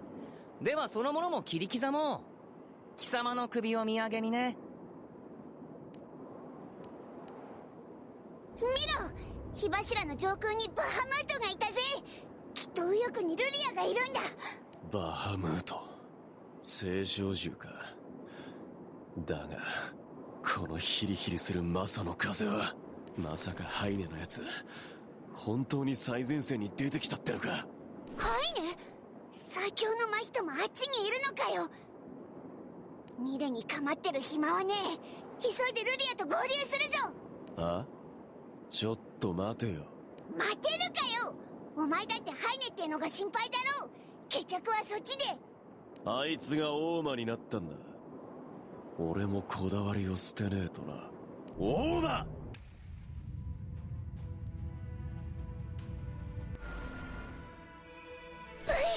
一気に肩つけさせてもらうぜ。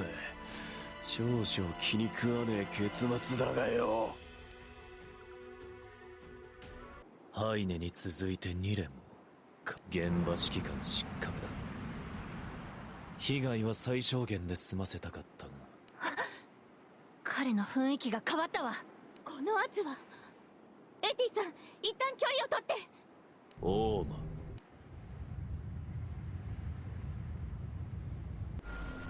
オーマは理性が減衰する。もう戦略も戦術もどうでもいい。つまり殺戮の時間だ。お前たちは蹂躙されて全て終わる。狂い死ね。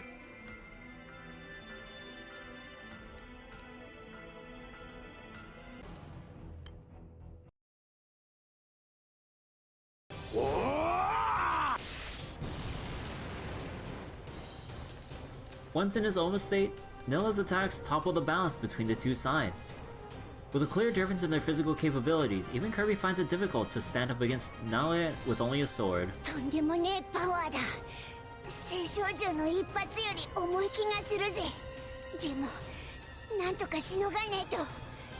今頃きっとルリアたちが待ってるはずだ。慌てんなよ。そんなに会いてえんならあの世で再会させてやる。うらあ？団長さん、ハイネが向かってきています。ルリアさんたちを追っているとの報告が。ニレは僕たちが抑えます。お二人は右翼に向かってもらえますか？ああ。でもニレはさすがに。行って。収容所で僕が生き残ったのはきっとこの瞬間のためだった。Heckin' death flag right there. どうかお任せを。Leave this guy who's in a super empowered state to us. He's too powerful. Got it. ありがとうございます。ご信頼をいただき光栄です。おいおいおい、お前らは何を言ってるんだ。何がお任せだバカ野郎。俺が行かせるわけねえだろ。全員まとめてしまってやる。十字砲火発射。止まって見えるぜ。大魔になった俺に今さらそんなもんだと。うさって真似を。 Oh, so they're shooting the ground to fucking put dirt in his eye? お二人とも今のうちに砂塵で視界を塞ぎ時間を稼ぎます。わかった。お前たちも絶対に死ぬんじゃねえぞ。 You know what? I approve of the use of the environment like that. ご分を。戦局が動いたか。総帥はまさかの負傷。ニレチンは不完全燃焼で決着。京君は現場の指揮を放棄。なかなかのカオスですね。伝令が問題だろう。総帥も指揮官もエースも大魔状態。真人であっても誰も接近できん。戦略そのものは失敗ですかね。逆に空側は臨機応変というか、船長代理のモニモニの指揮がモニモニ。彼女は対話の可能性を探っていたようだ。耐える時は機会を待って忍び、攻める時は一瞬で腹を決める。頭では分かっていてもなかなかできんことだ。確かに僕なんてあれですよ、食事前のスイーツも我慢できません。そういえば知ってます？食品管理省のとっておきの一品で。ジュリアン、じきに出番だ。はーい、では火星に行ってまいります。あと戦時中の間食は禁止だぞ。 No snacking during battle. 嫌です。You can't tell me what to do.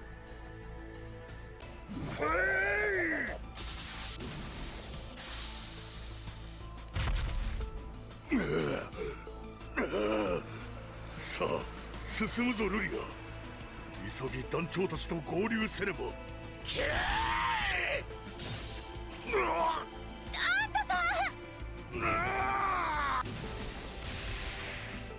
Oh, on the side of the head with that. 傷口がどんどん開いて、救助班の団員さんを呼んでこないと。構わん。なんじゃ奴に傷を負わせることができた。初めて見る青少樹は団長と力を合わせれば必ず。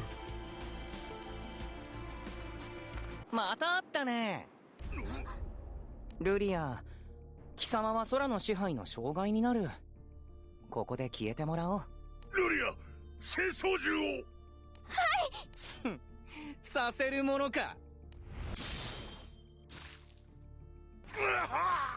おお。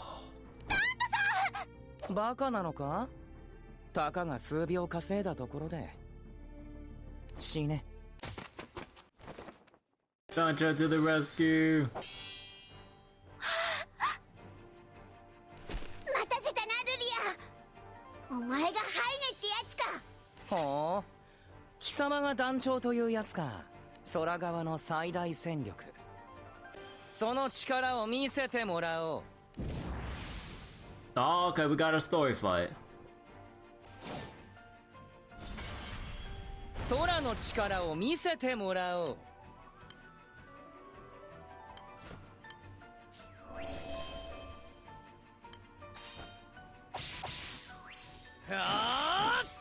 勇気を出して大丈夫。水の語り送ります。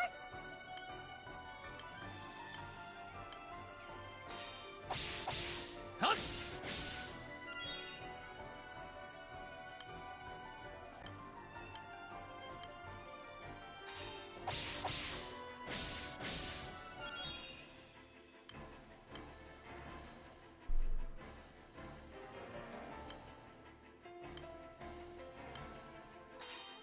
お願い、クローセス。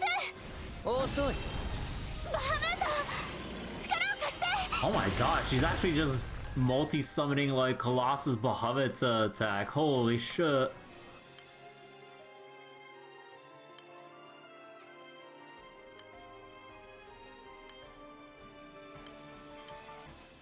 私が怖い。空の民風情が。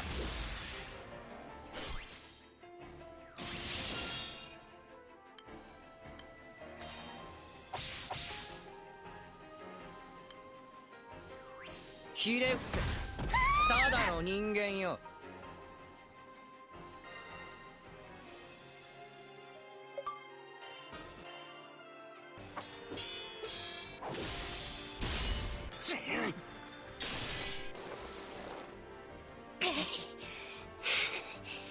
まるで化け物だぜ。これが最強の真人ってやつかよ。でも青少獣には困ってるみたいです。きっとあと一息です。ありえん。この俺に太刀打ちできる者がいるなど。ああ、いたいた。こんにちは、総帥。ジュリアン、なぜ秘書長官の貴様がここにいる？火星に来たんですよ。なんか戦況がカオスっちゃってるので。火星？あいつも真人なのかよ。秘書長官さん、わかりませんが、偉い人ということは。余計な真似をするな。この戦は僕一人で終わらせる。は？あ。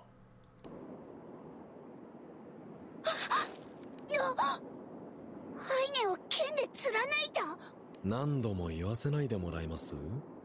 僕は火星に来たんですってば。空側のね。For the Sky Dwellers? Oh. Aww.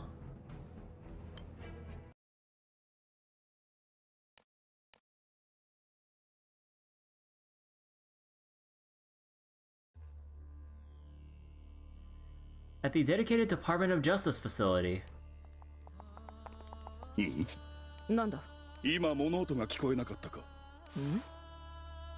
私には何も聞こえなかったが、確かに空気が動いた気がするな。God, it's gotta be scary trying to sneak around the Vulpine hunters because, like, their senses would be, like, extremely heightened compared to your average person, so that, like, it's like, I feel the air moved a bit here. I'm like, bro, what are you supposed to do about that? Like, you're not making a sound, but they're like, the air's different here. Bro. ただのアブラムシの可能性もあるが、念のため順に部屋を見て回るぞ。 Like, even though they have, like, no exact proof, like, they just have that, like, instinct to go, like, someone's here. Oh. わかった。ふう。己の足音を感知するとは、真人の五感は厄介だの。You know, you think it'd be hard to sneak around with a fucking afro. シア殿、もう降りてきていいぞ。Okay, so Sia did follow Rivera with McCoy. ちょっと待ってよ。こんなに高いところから？平気平気。己の腕に飛び込むようにジャンプ。だが、一切音を立ててはいかんぞ。Must have been the wind and that dude hiding behind the curtain. はあ、無理。さっき言ったわよね。私はただの一般人だって。A few hours earlier. ほう。なぜ己が空側の人間だと？なんていうか、この猫を見た時の驚き、初めて見る動物っていうよりも、なんか古い友達を見る目だった。なるほど。なかなかの観察眼だの。さすがは真人よ。私はただの一般人よ。でも、あっさり認めるのね。一般人の主の目には敵意がないというよりも何か救い、そういうものを求めておる気がしての。あんたこそ観察眼があるわね。Hold on real quick. Oh, God. その髪型といい、なんか余裕な態度といい、何者なの？ふむ。両団の特攻の隙を突き中央区に潜入してはみたが、これは強行かもしれんの。すまんが、己には時間がない。カーサという女性に心当たりはあるか？ああ。まだドキドキする。上出来上出来。まるでスパイのごときジャンプだったぞ。まあ、一応訓練は積んでたもの。でも、私は真人に、両団に所属することはできなかった。ハイネには、私が守るって言ったのに。何よ、急に黙り込んで。いんや、身の上話でも始めるのかと思っての。は？誰が知り合ったばかりのあんたに。You know, I feel like this is like a little meta thing here of like, oh, I thought you could tell me your whole life story. It's like, wait, why would I do that? すまんすまん。誰かに聞いてもらいたいように見えての。アガルタの者にはなかなか言えん話か。You just look like you wanted someone to listen. そうか。まあそもそも己らは敵陣営の者同士、身の上など教えては不利になるぞい。別に私程度の話なんて戦に何も関係ないわよ。そう自身を貶めるな。話は戦が終わった時に聞かせてもらおう。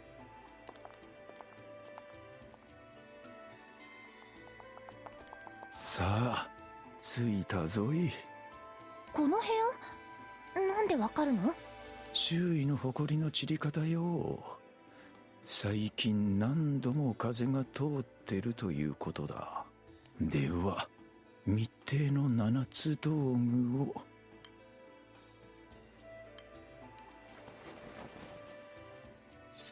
Bro. So that's why he has the afro. It's extra storage for his shit. That's so stupid. You know, that's both clever, but oh my god, that's like the stupidest shit I've read.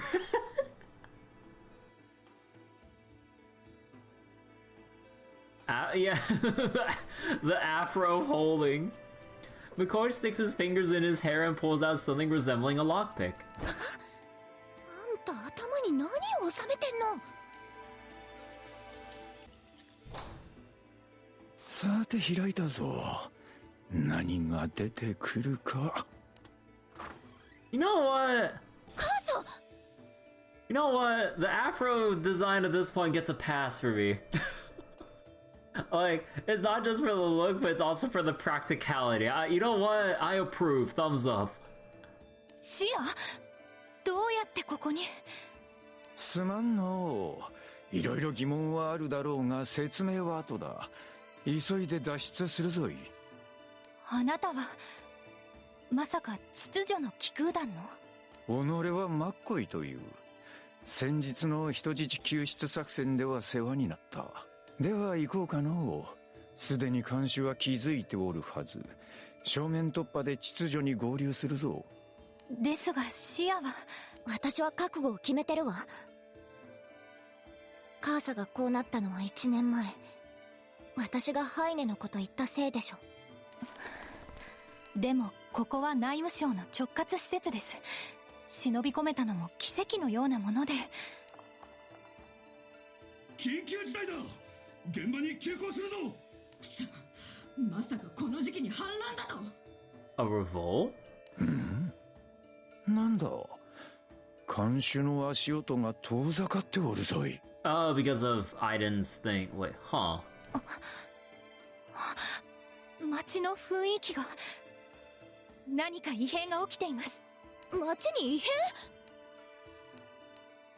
Huh. So they're in disarray within the department, but... Huh. Julian's sword pierces through Heine as everyone looks around, or looks on in shock. It is Heine's own voice that eventually breaks the eerie silence. Julian? その素質があるものがマカミ化するには、生存本能を極大化する必要があってね。マカミ？貴様は僕の出生を。本当の決戦兵器は、マガツヒじゃない。君だよ、ハイネ君。貴様！おっとっと。おっかないな。ちょっと落ち着いてよ。黙れ！嘘だろ。あの総帥の剣を軽々さばいてる。ヒルアンドのジュリアン、まさか総帥以上の真人なのか。 Julian the useless. だがなぜ総帥を。秘書長官は何を考えているんだ。Julian makes sport of Heine's furious attacks with a smile on his face. Both Kirby's crew and the hunters find themselves lost as for how to react. どうなってんだよこりゃ。あの二人は仲間なんだよな。そのはずですが、両団の人たちも困ってるみたいです。でも彼すごいね。あのハイネをやり込めるなんてさ。ウィル、生きてたのか。よかった。でもどうやって。ああ、僕は致命傷で意識を失ったはずなんだが、目が覚めた時に応急処置がされててね。応急処置？一体誰も。研究者殿、不思議なことだな。助かってよかった。 Is he alive? I mean, he literally just said it. He woke up and found he received first aid. From who? They'll probably tell us in a moment. 修行者殿、お互いにね。でも一体何が起こってるんだい？オイラたちもわかんねえんだ。あのジュリアンってやつがいきなり。うわ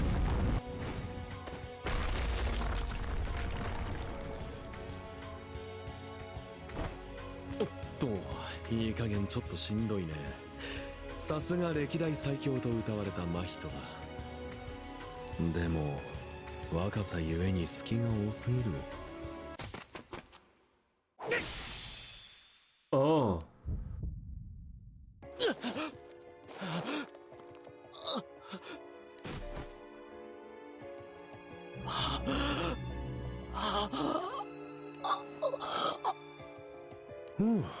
終わったのか。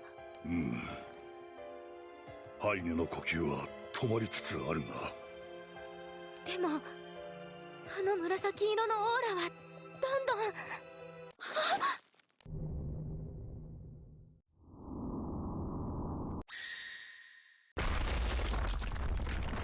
ん。うわあ。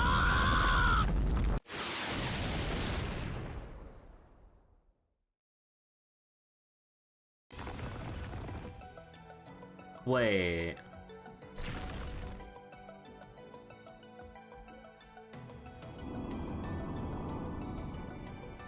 What the fuck? うわ、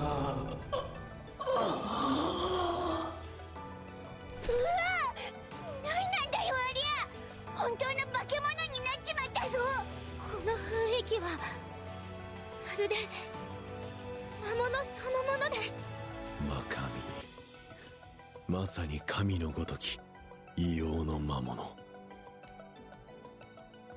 Makami 180. Huh. They just. Yeah, only like. Huh. Monster deity. With the scales and stuff on the bottom, it's like the. Kind of like emulating like. Bahamut's look, I guess, on the bottom part there.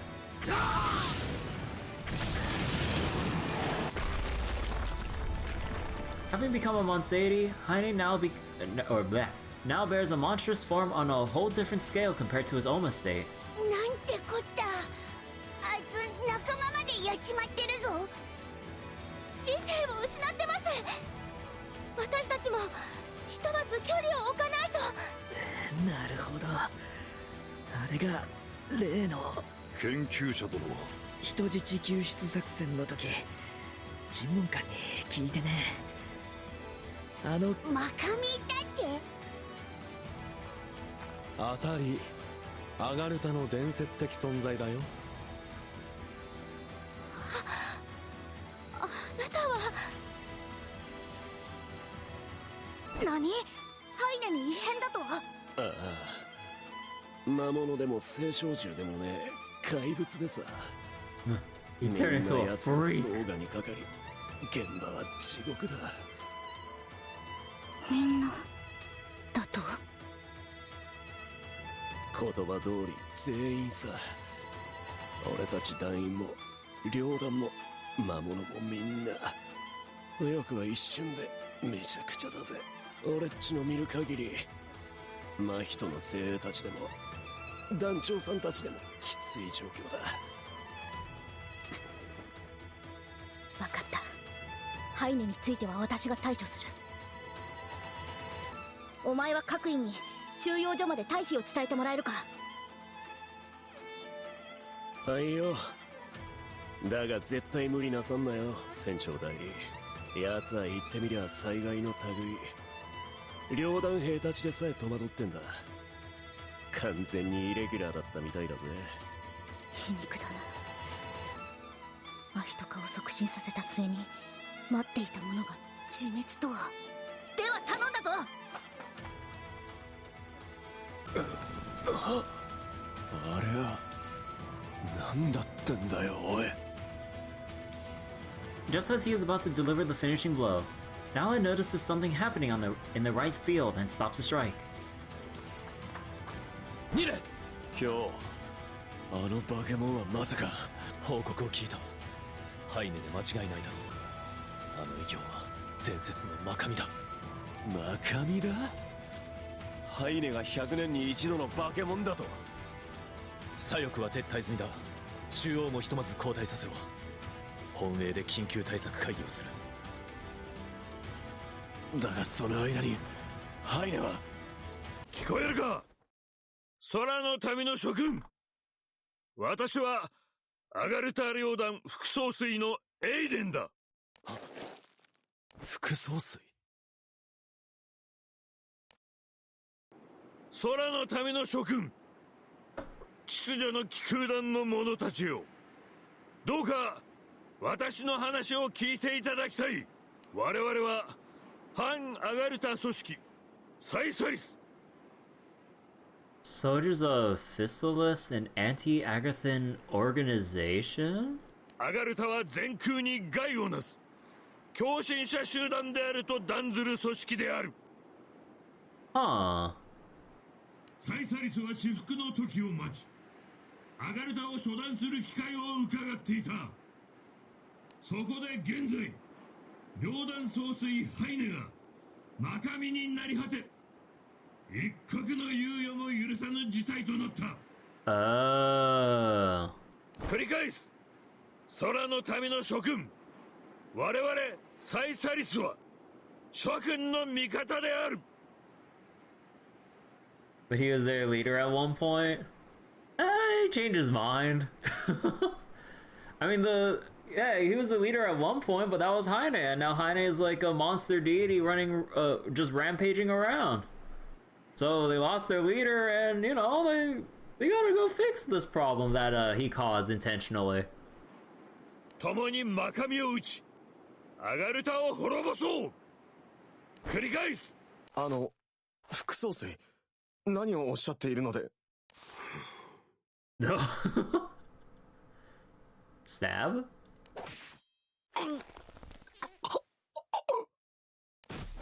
Well, more like a slice, but.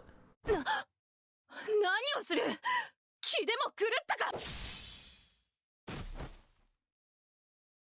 ここは任せたぞ。私はハイネの討伐に向かう。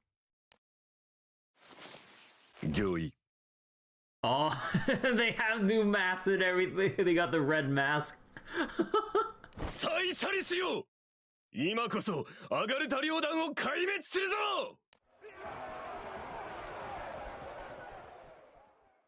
Huh. Okay, so how's it gonna play out from here then if they're launching a full-on rebellion with Heine just turned into rampaging monster deity? Oh, well, I forgot to read that. Heine continues his endless rampage. Flying madly across the battlefield, he lays ruin to everything he sets his eyes on. Left behind him is a path soaked with red reminiscent of the crimson horizon from which Mistrum comes. A lot of slicing and stabbing in this. You know, I am actually pleasantly surprised about like the amount of characters that, well, like from like the minor NPCs to like the actual notable characters in the event actually sustaining like significant injuries. But of course, like obviously they're not just gonna kill them off, obviously, but I'm surprised that they're actually having them, you know, like severely injured. So, you know what? Cool.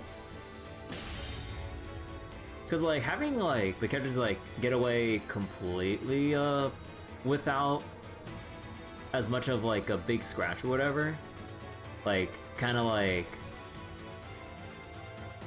what was it?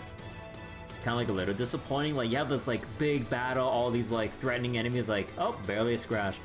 Well, I'm not saying that like applies to like a lot of events, but like yeah, it's nice to see that like yeah, no, like these are serious threats. Like we are getting like severely injured left and right, even with like the named characters that we've known for a while. And now we just have pure chaos everywhere. I gotta say, like, this event is super action-packed so far. I mean, like, you know, given Act 1 was, like, the whole lead up to this moment for Act 2. But, yeah, I'm down for all the action and, like, other stuff that's going on now. The big twist here.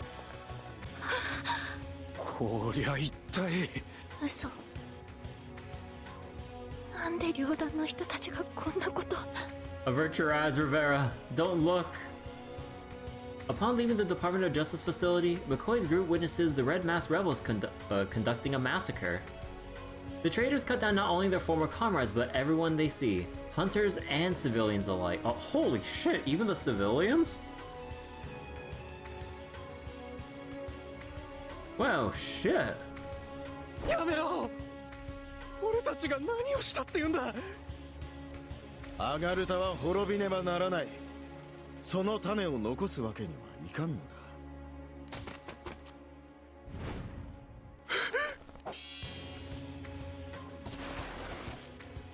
お前は副総帥の反乱というのは本当ですか？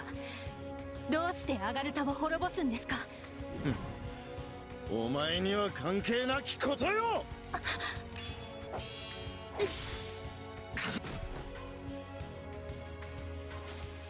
Gartha defeats the soldier quickly, but not easily. A drop of blood slides down her neck from where his blade grazed her.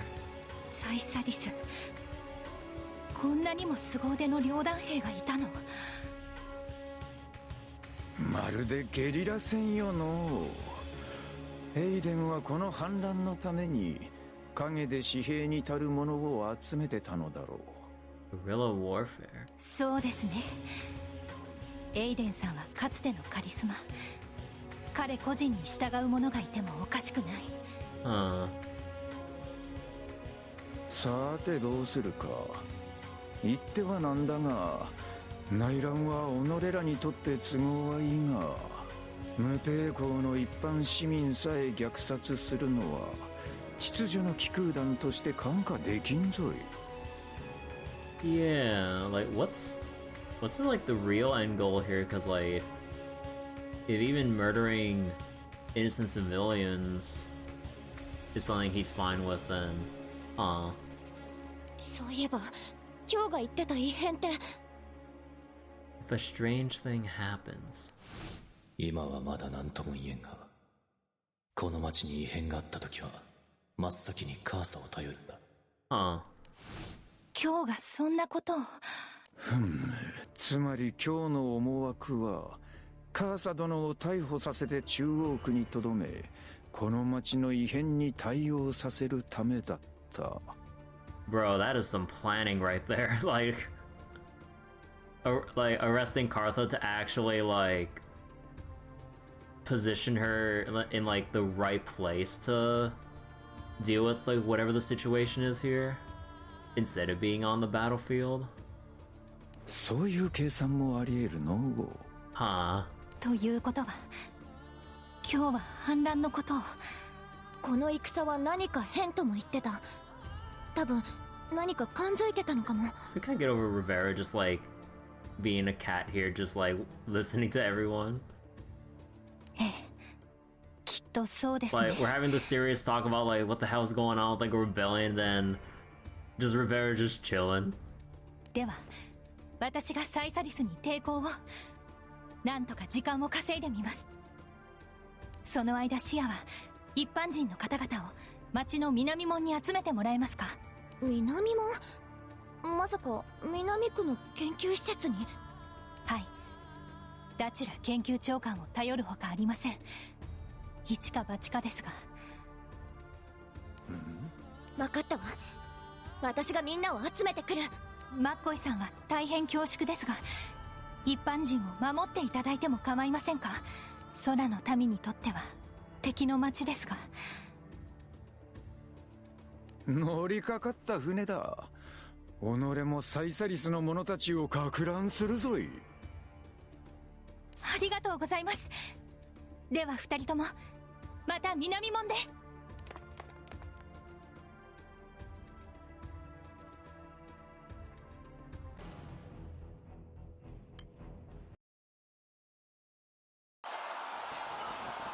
The battlefield has only fallen further into chaos. Heine's onslaught is unstoppable as he sheds the blood of all that he meets. Thanks to the intelligence unit's swift communication of Monika's orders, the Grooven forces has already managed to withdraw. But the hunters, having lost their command structure, now find themselves on the verge of ruin. アガルタの戦は終わった。両団はその大半を失った。二度と世界征服とか言えないほどにね。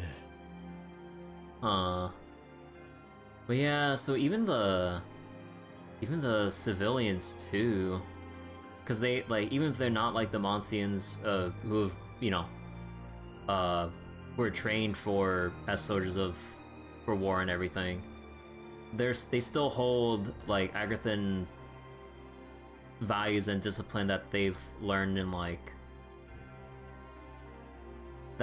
growing up in basically military school and shit. So is this all just like a grand like genocide of Agarthans to not let them like expand outside of or expand into like the rest of the Sky Realm? Like, holy shit. でも全空の脅威は去ってはいない。はいね。マカミを倒さなきゃ終わんないんだ。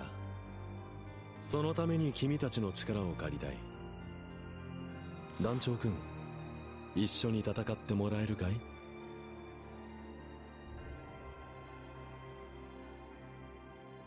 I don't trust you. わかるわかる。でも僕の腕前は見たはずだ。信用とかいう感情論より、いかに迅速にマカミを討伐できるか。共闘するにあたっては、そっちのが肝心だろう。まあ、一理はあるね。マカミが空の世界に向かっちゃ困る。Yeah, I mean, he kind of screwed us over and put us into a position where we have to receive his aid. 信用できんが、共闘せねばならん状況か。ジュリアン！ニレ！おっと、ニレチン？三班の役目は中央突破では？ご説明を。あのマカミはハイネですよね。京くんも来ちゃったの。でもまあ二人とも元気でよかった。おい、その通り。総帥だよあれは。右翼の藩は全滅。総帥はすでに左翼に向かってる。両団の壊滅は時間の問題だろう。困ったことになっちゃったね。Damn, that's crazy. ん？お前か。ハイネをマカミ化させたのはサイサリス！勘がいいね。やはりあなたも。サイサリスは何を考えている？本気でアガルタを滅ぼすつもりですか？そう。そういうのはエイデンさんに聞いたよ。僕はただのノンポリでね。I'm not big on the ideological stuff. よっと。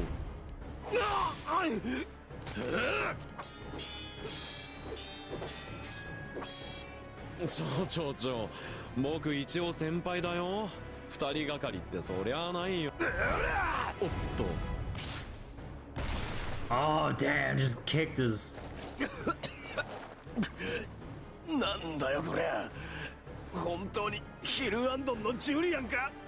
Man, he really pulled off like the useless act so well. Well, and maybe not to the reader, but like to Nilhe and basically the rest of the Monscians. ハイネを超えている。まさか真の史上最強の麻痺とは。Cause like he's always just been there, but okay, like I guess he's supposed to be the strongest on the power scale in this story. Cause he was like casually. 何を遊んでいる？ハイネの討伐はまだか。Cause he was just casually like fending off like Heine's like enraged attacks and everything, and now Nilhe and stuff in Oma form. Siete, if he's not bullied by the Eternals. He's like that manga character that tries to pretend to be a mob but actually pulled it off. Yeah. Siete, if he wasn't like teased and bullied all the time, unleashing his true potential. エイデンさん、なんか彼らが邪魔するんですよ。一丁揉んでもらえませんかね。この男がエイデン、両団の副総帥かよ。あとサイサリスのすごい威圧感です。ニレ、今日エイデン、サイサレスだかなんだかわかんねえが、空の奴らを騙すための策略なんだろう。ハイネだって元に戻るんだろう。全てアガルタのためなんだろう。そうなんだろう。サイサリスはアガルタを滅ぼす。マキトも一般人もマガミも全て。Will slay all Agarthans, Monscians, and civilians alike. 副総帥、あなたほどの人格者がなぜそこまで。人格者か。お前は気づいているんだろう今日。私が粛清せねば誰がなす。私は誓ったんだよサイサリスに。The entire island and its people must be purged. うるさー！おら！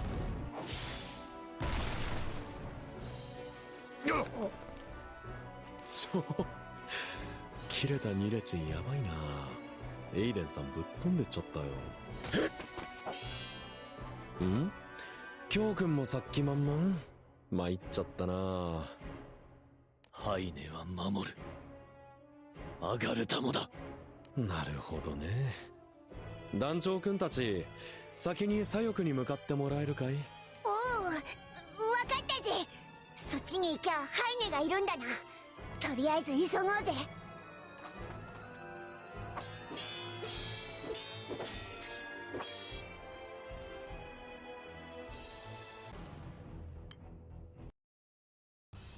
Back in Agartha's Central District, blood flows across the streets and drips down the walls, only to be painted over with fresher blood. Like the hunters, Agartha's town is facing total ruin. みんな急いで南門に向かって。南門よ南門。私たちが助かる道は他にないわ。南門？南門に何があるって言うんだ。一人一人に説明する暇はないの。他の人たちにも伝えて南門に行きなさい。わかった。さあ今のうちに行って。無理よ、足がすくんでもう。私のことは放っておいて。諦めないで。あなたは立てます。南門に待っている人がいるはずです。はあ。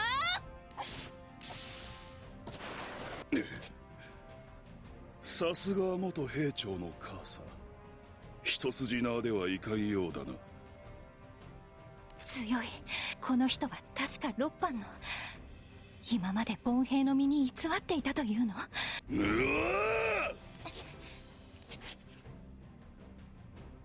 ほいさ。Smoke bomb. 貴様、卑怯だぞ。You know, if only smoke bombs were as effective when I played Ninja Gaiden. こりゃ失礼。 Swear shit don't fucking work in that game. いかに戦わず勝利するか、いかに苦労せず楽するか。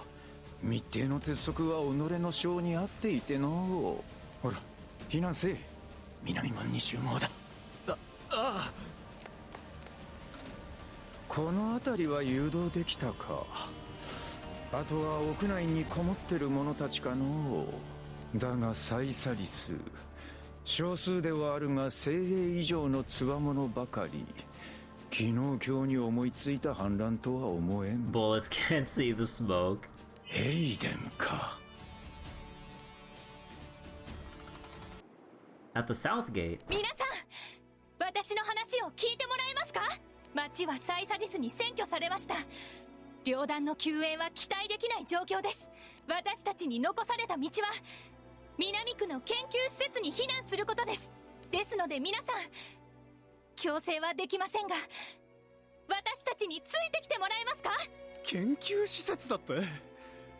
あそこは立ち入り禁止のはずだろう。俺たちが行って助けてもらえるのか？南区にサイサリスはいないの？すでに襲撃に遭っている場合は？そもそも研究所は無関係なのか。サイサリス側の可能性もあるんだろう。そんなの私たちだってわかんないわよ。研究所は政治には干渉せず、研究施設も一般人は立ち入り禁止。サイサリスとの関係だって不明。でも他に生き残る道はないの。決まりだのう。己が先頭に立ち警護するぞい。ありがとうございます。ではしんがりは私に任せていただいて。南区に避難するつもりか。アリエス内務長官、無事だったんですね。私たちは南区の研究施設に。カーサ、お前の脱走は想定になかった。ここまで民衆をまとめるとは。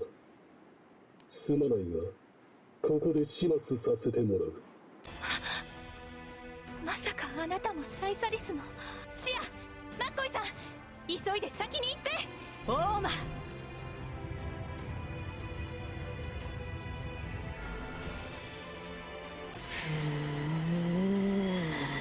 ああ。カーサ！シア殿、ここはカーサ殿に任せるんだ。己らは先に行こう。いい判断だ。私はこの時を待っていた。傷病兵という屈辱を背に、内務省という鳥籠で日々を送り、再び斧を震える今日という日を。この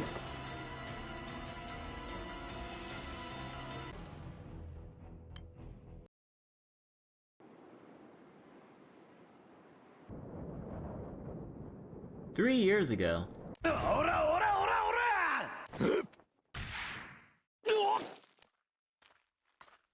ニレ、なぜ独自の剣技にこだわる？アガレタの剣術を習えば上達は早いぞ。別に他人の流儀は必要ね。ほう？誰かの真似なんざ窮屈なんだよ。俺は俺のままエースになりてえ。俺は一人で俺自身の剣で上り詰めてえんだ。尊大なやつだ。だがそうだな、新時代を切り開き後に先駆者と呼ばれている者はお前のような異端児なのかもしれん。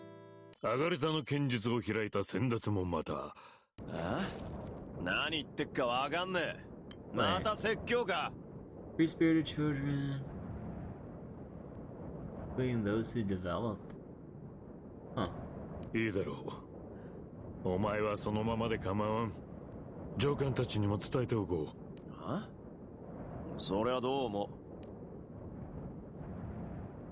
玉位。あちゃー、そのために好評を張ってたのか。あと30秒です。ちょっと待って。きっつい。5秒。0拍。投了です。お？やったやった！適当に打って勝っちゃったよ。I won by doing random shit. 同期の間では無敗でした。ここまで詰めて逆転されたこともない。参りました。さすがだね、京くん。性格通り隙のない戦術だったよ。でも隙がない分やりやすかったかもな。Random bullshit go。遊びっていうか余白がないと。まあ偶然要素のある盤上遊戯だもん。こういうこともたまにはあるもんさ。おっと、2戦目はないよ。この勝利の余韻で酒を飲みたいんだ。まったねん。遊び、余白。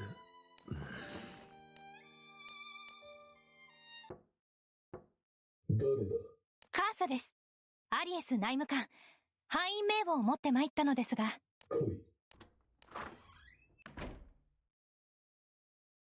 ありがとうございます。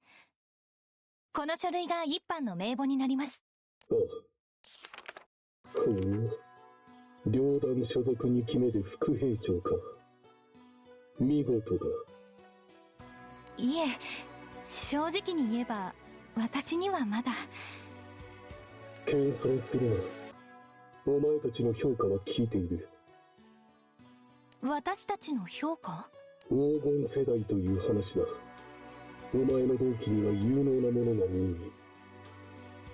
Golden generation. The generation of miracles? 無論そうなるように総帥府が生産及び指導を行った結果だが、お前たちが育ちきった頃に地空域は消滅するだろう。その時アガルタの最前線にいるのは、 The dead sky would disappear as you become full-fledged hunters. 何を見ている？すみません。あの綺麗な花瓶が気になって。でも花がありませんね。空の花瓶を窓辺に飾っているのですか？お前の言う花とは造花だろう。あの器には本物の花の種を植えている。本物の？先日地底湖の付近で成果が見つかった。アガルタの環境に適応できた希少種だ。紫雲のせいでわずかばかりではあるが、日の光を当てるため窓辺に置いている。すごい。アリエス内務官は花が好きなんですね。ただの経過観察だ。中央区の環境で芽が出る可能性は低い。そうなんですか。持って帰るか？いいんですか？構わん。観察結果は研究所の定期連絡に出せ。ありがとうございます。大切に育ててみますね。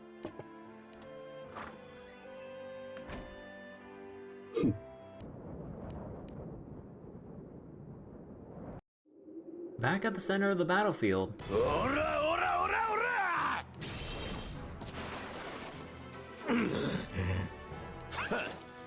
とうの昔に一戦を退いたジジイが俺に勝てるとでも思ってんのか？お前こそすでに戦場はサイサリスのもの。私に勝ってもアガルタは滅びる。統率者の存在は重要だぜ。頭を潰せばサイサリスもしまい、俺一人でも壊滅できる。お前が統率を語るか。大人になったな。いつから計画してた？なぜそんなことを尋ねる？あんたは全て嘘だったってのか？その言葉もその指導もその勇姿も全てアガルタを滅ぼすためだったのかよ！なあ！計画は私が総帥になりこのアガルタの裏側を知っていた。The day I became Supreme Commander and learned of Agartha's secrets. 総帥は前任者の承認によりこの島に存在するデータを全て閲覧することができる。そこで知ったのだ。アガルタの腐敗を、アガルタが滅びるに値する理由を。 True King level planning. So wait, that's how I learned Agartha rotted and why it deserves to be destroyed. なんだよそりゃ。知ったところでどうなる？すでに滅亡に至る道は開いたのだ。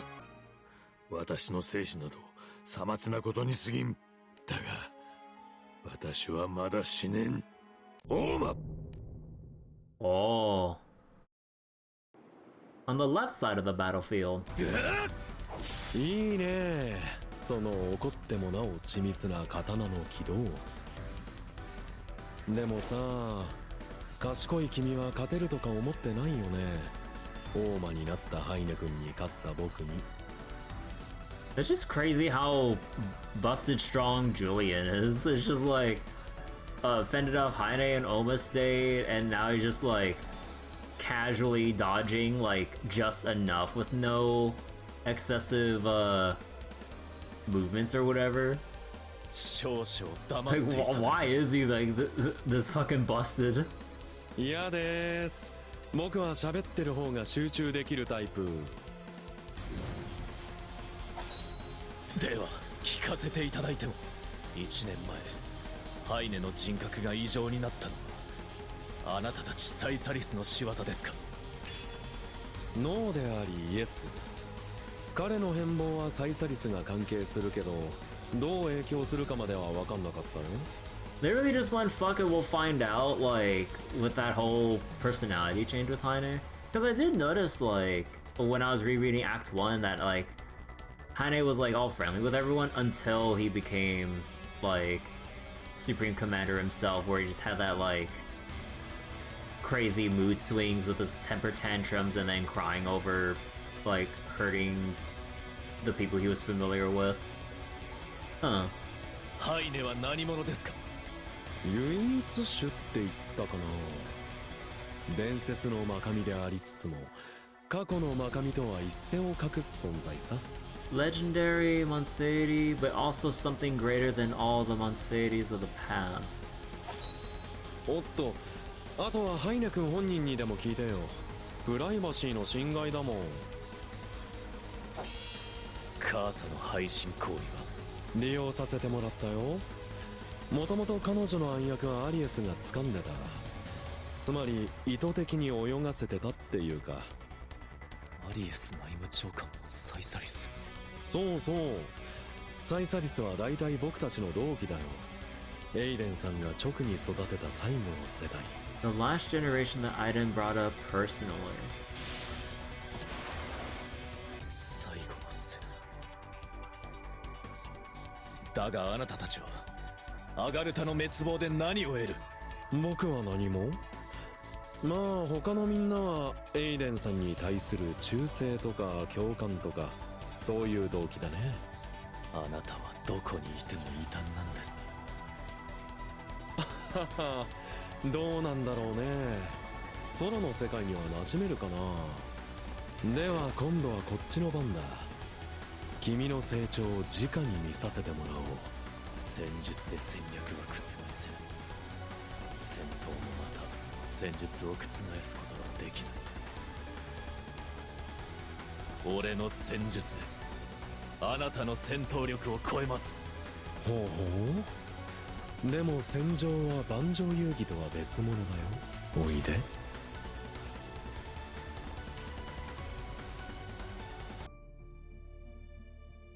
Back in Agartha's Central District. アリエスさん、すでに勝敗は明らかです。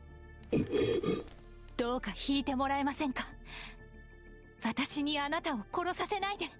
道場で剣を収めるのか？尊敬です。傷病兵とかそんなの関係ありません。殺せ。私の魂は怪我を負った日にまともに戦えぬ身になった時に消えた。Julian reminds you of Belial. Yeah, it kind of gives off that vibe without the degenerative behavior. Like he likes observing or like playing around with, or well, I guess like playing around with like people and so, well, sort of. Well, no, it's more like his casual attitude. If anything, yeah, it's more of the casual attitude towards the others. 今日までずっと死に場所を求めていた。ダメです。あなたの絶望はわかります。生きがいだったエースの自負心も。If they make him playable, maybe people stop asking for Belial. No, I think if anything, that would piss people off more than not having Belial. Because, like, people want Belial, but not Belial at home. You know? Like, people are horny for Belial. So, if they basically give someone that's kind of, like, emulating part of, like, his personality as, like, a substitute, nah, people will be outraged. But yeah, it is crazy how he's still not playable in some way, because, you know, there are grounds for, like, the playable villains, as in like technically fantasy Sandalphon or some shit, or what have you. Although actually, how many like true villains do we actually have playable in Granblue? Now that I think about it. Belly is too horny in the crew, and that's saying something. We have Hecate. Well, the thing, like, we can bully and tease Hecate. With Belial, nah, he'd still be too overbearing, and he'd be into all that, and would basically do probably unsavory things that we would not want on the Grand Cypher. So I'm like, yeah, no Belial. But Hecate, no, we can control her. でも私はサイサリスだぞ。お前の敵だ。別問題です。敵であっても話せばわかる。分かってもらえると。私の肺は二度と回復することはないが、戦闘力そのものを損なったわけではない。持って一国。だが、私はお前を殺せる。お前は黙って死ぬつもりか。I think it'd be funny if we got Belial, but Hab's not their father eyes for good. Now he's like depressed 24/7. Oh god, like it's like here's Belial, like eternally depressed Belial. No horny, only sad. I don't want to be horny. I just want to be happy, or some shit. アリエスさん。おうま。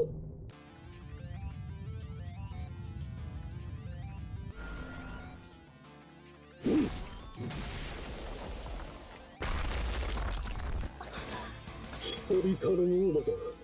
加減はできんぞ。お前は私を殺すより他ないだろう。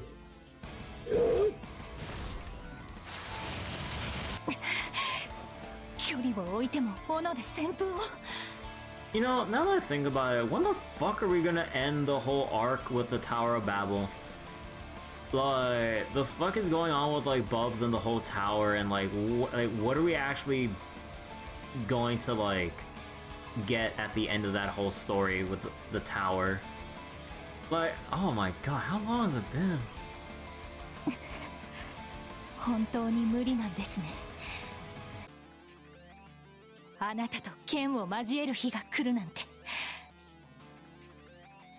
ではこの双剣で最後。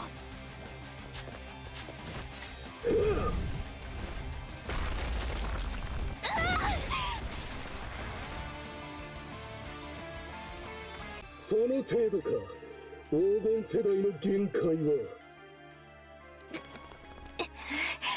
力は2例以上。技も今日以上で剣速も私以上。でもはあ。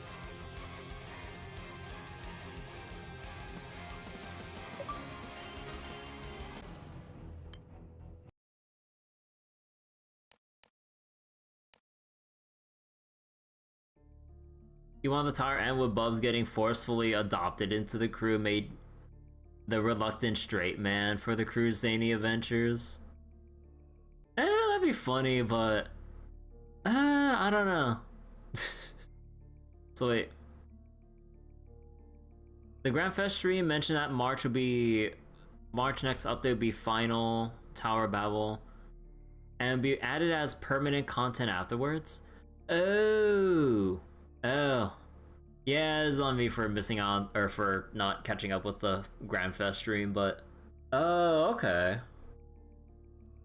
In the South District near the research facility, Agartha's Department of Science exists outside of the rest of the island society. Around half of it is self-governing, and excluding those ranks, secretary and above, even people from the Supreme Commander's office are forbidden from entering. Not even the scientists themselves are made aware of the purpose of their widely varied projects. Only the Supreme Commander of the Hunters and the Secretary of Science are authorized to know everything about the department's work. で、研究長官がサイサリスなのかどうか私たち一般人には見当もつかないのよ。なるほど。珍妙な組織体制だの。噂だと研究長官は100歳で、いわゆる不老長寿だとかなんとか。不老長寿？主たちの寿命はおおむね40年なのだろう。ま、人とはいえ人は人。魔物だって老化はするぞい。私だって眉唾だと思ってるわよ。でもそういう噂が囁かれるほど研究施設は謎すぎる場所って話。着いたわよ。ふむ。門前には警備兵も誰もいないの。うん。南区は魔物が少ないって聞いたわ。両団も来る機会はあまりないって。Again, I know I keep like pointing it out, but like I still can't get over the fact that Rivera is just chilling still in Sia's arms the whole time. Except for that one time when Rivera basically guided Sia to McCoy, but aside from that, just been chilling in her arms like the entire event. で、どうする? Bless our cat overlords. どうするって、わかんないわよ。とりあえず研究長官に事情。おーい、誰かおらんか。己らは戦の難民での。おーい、聞こえておるか。研究長官に取り次ぎを頼む。バカ、何を言ってんのよ。いきなり来てそんなの言っても。だが怪我人がおる。水も食料も必要だ。己らに様子見する余裕はなかろう。そうだけど。おーい、誰か聞いておるのか。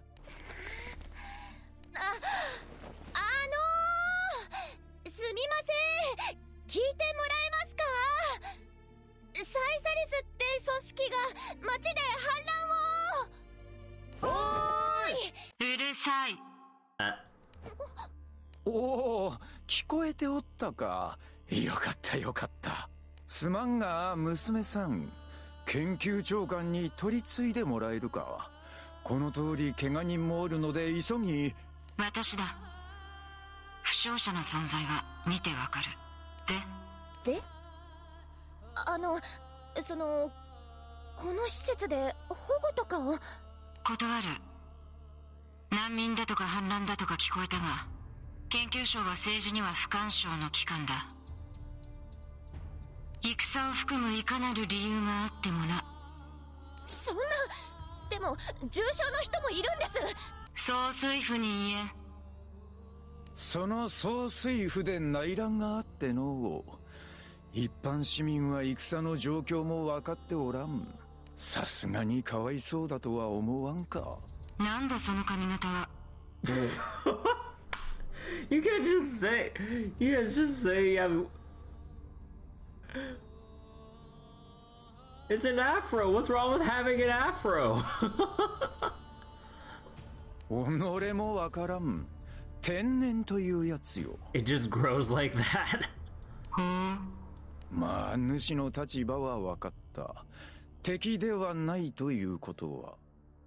だがそうなるとサイサリスは主らも殺すつもりだぞ。何せ目的はアガルタを滅ぼすことよ。その時はその時だ。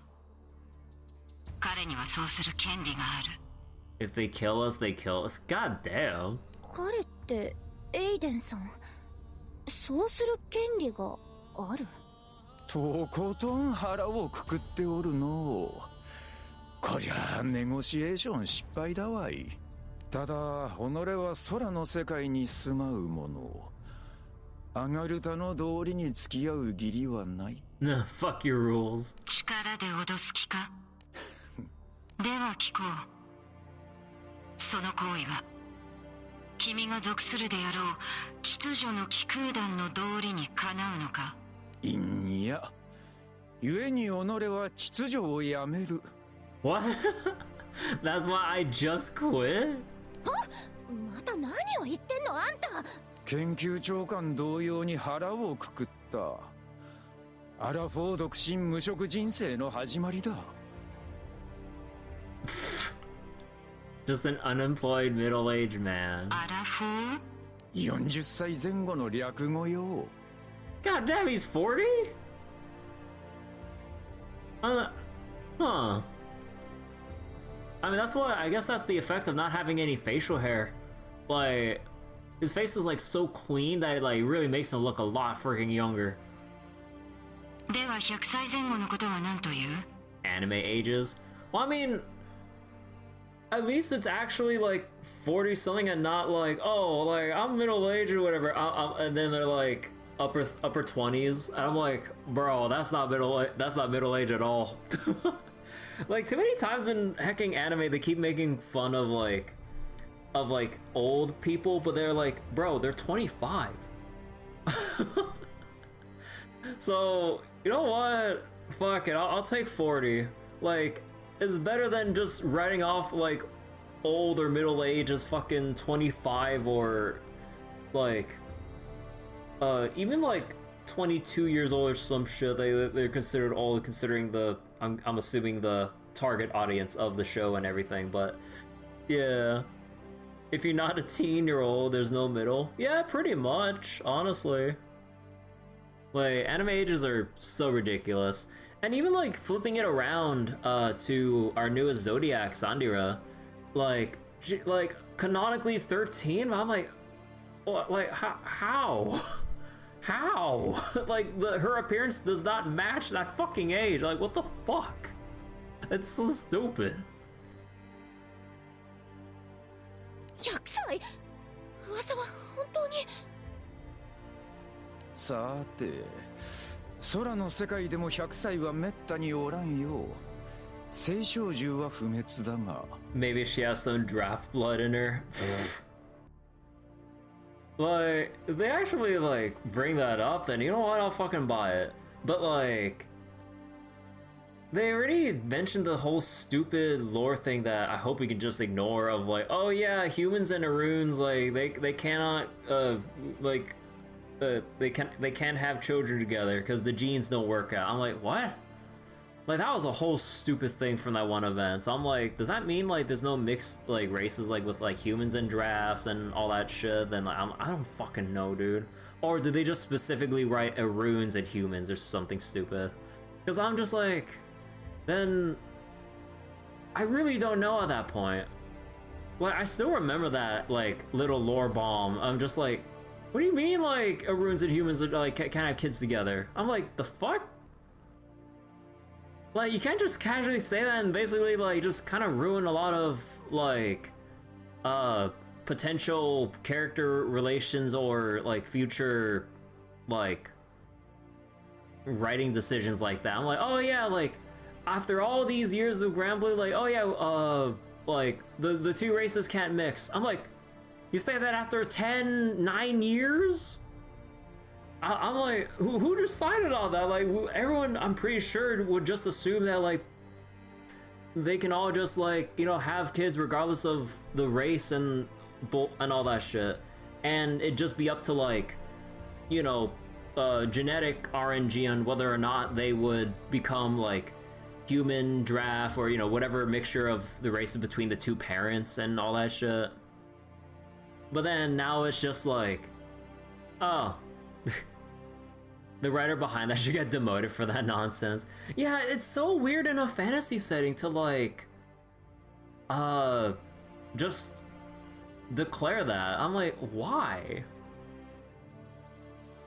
Like the whole thing about like a big fantasy world with like Granblue and stuff is the whole thing about like the big, at least like potential, like you know, like with the huge world that they've built up, the different races of, you know, humans, drafts, Aruns, Harvins, and whatever other in other categories or whatever depending on how they write it. And then they say basically no mixed races, like, or at the very least between humans and Aruns, which would basically imply like no mixed races at all with like any others. or whatever? Or would people in like mixed relations like just put up with not being able to have children if like even if they wanted to? So I'm just like, what? These games live and die off of parasocial relationships with the characters, and having kids is usually considered end goal to a relationship. Yeah, like it's kind of like a big thing to like have, or at least like have some room for the in-game characters to have their relationship, whether it's with like the in-story characters or if it's for like some self-insert thing between like the MC and like other characters and whatnot. But it's all just for the fantasy mainly. But like, yeah, and then when you just canonically just go like, oh yeah, mixed races, no, you can't like have kids like that. I'm like, what? Why write that so late into the game's lifespan? So reality got resets, hope for a retcon. Yeah, definitely hope for a retcon at that point. Like, Jesus Christ. Or actually, but yeah, like I hope they retcon that shit because I'm just like, what the fuck? Like, what were they on when they wrote that in? なるほど。空の世界。聖少獣か。 Wait. We don't have many 100-year-old things Skyrealm though Crown Beast. Okay. いいだろう。一般人たちの滞在を許可する。だがロビーまでだ。適当に薬を用意する。あとは自身たちで好きにするんだな。以上だ。ありがとうございます。でもマッコイ、研究長官さん、なんで今の会話で気が変わったの？さての。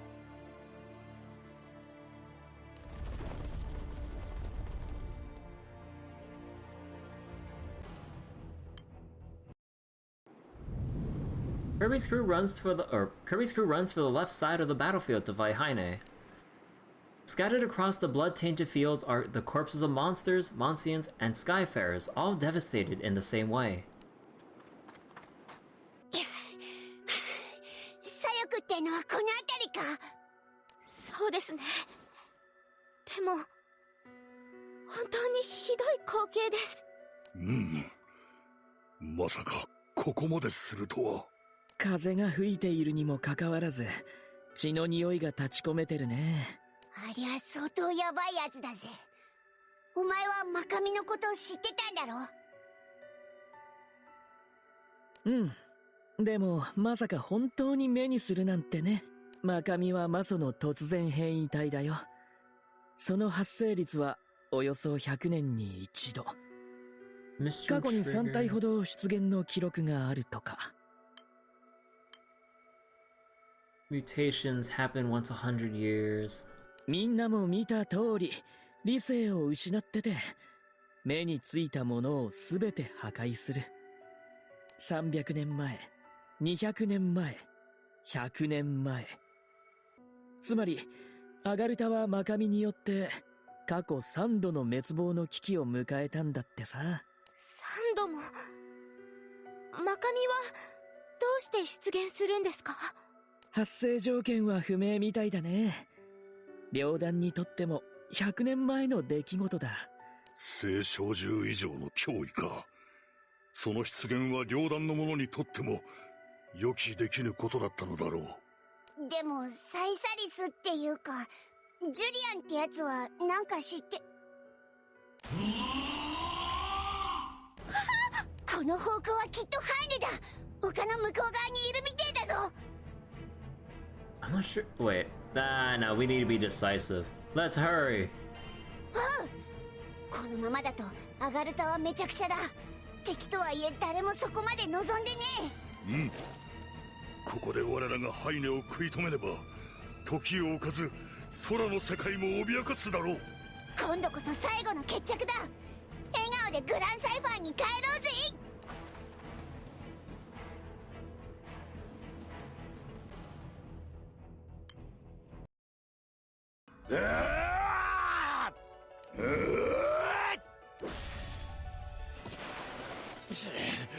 クソがよ。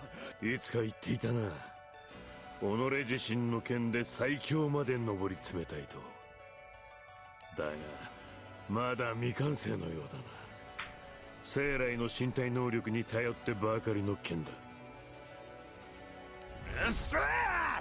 大魔状態になるとその癖が倍増する。なめんな！その息だ。だが私は元両弾総帥、かつて最強の真人だった。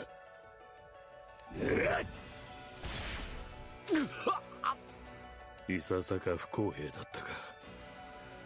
お前は団長という空の世界の強者と戦った後だ。お前が万全であればまた別の。まだしまってねえ。てめえが両弾を語ってんなよ。そうか。いい戦士に育ったな、ニレ。俺を語るな！くそ誰。おお。死んだか。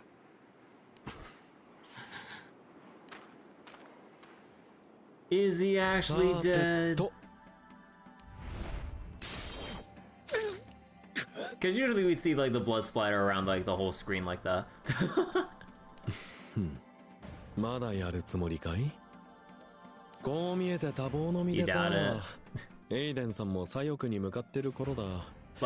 僕もハイネ君の討伐に加わらないとね。But usually it's not over until they splatter blood around the screen and then they make the character art fade into black, a black silhouette, and then they drop into a pool of blood or some shit. But even then, there's still like always room to revive them thanks to emergency medical treatment or some shit. Or in this case, like some Monscian genetic mutation that enables them to survive just barely by a thread. I don't know, man. I'm just making up bullshit. ああ、味噌島ではヒルアンドンでいたかったのに。I wanted to keep everyone thinking I was useless until my 30s? あなたは行かせません。ニレもきっとエイデンを撃っている。ん？バカな。本当に君は頭がいい。牽制に裏拍子にカモフラージュ。たった人たちに様々な伏線を張ってる。なるほどね。まだまだ。京くんさ、君もアガルタに疑問があるんだろ？何の話ですか？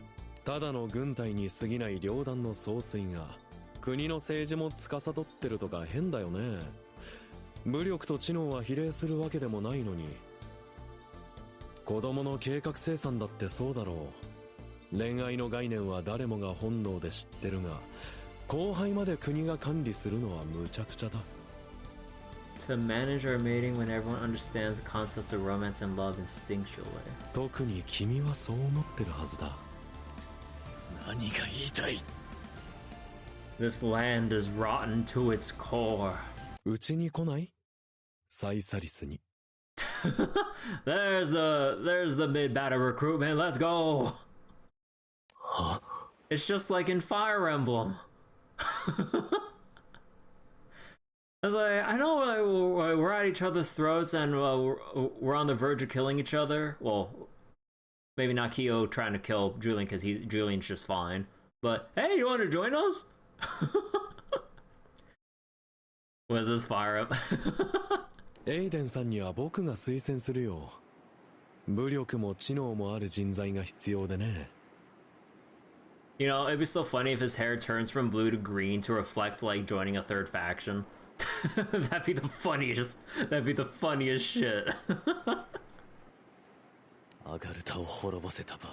Oh wait, no. その後サイサリスはどうするつもりだ？ No, his hair would turn from blue to red to match the red mass of the Fistless faction. Just like the red and blue like color scheme for Fire Emblem units. You know, I only just realized, yeah, they kept things as like RGB of like red, green, blue units, huh? おのおの自由だよ。エイデンさん任せ。ただ子供を残すことは絶対 NG かな。 His hair should have been red to match it. That would have been that actually would have been the coolest shit if they actually designed from Act 1 his hair to be red to like signify the switch over. Yeah, actually that would have been a really, albeit silly, but really nice touch. I was like, oh yeah, it's in his hair. It's like, how do we not see it? Although I guess like in that aspect, like maybe if they wanted to keep him with like Heine and everyone, like they would have made his hair white instead of blue. I don't know, but either way, yeah, that would have been so funny if they made his hair red. アガルタを完全に滅ぼすためにね。どこまでアガルタを憎んで。カーサちゃんを救う機会でもある。君はアガルタが勝ってもいいの？彼女の希望はそれなのかい？ど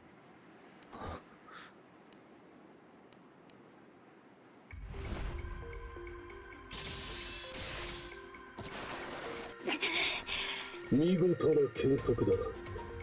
双剣で2点同時に急所を狙ってくる。現役最強という評価は本物だったか。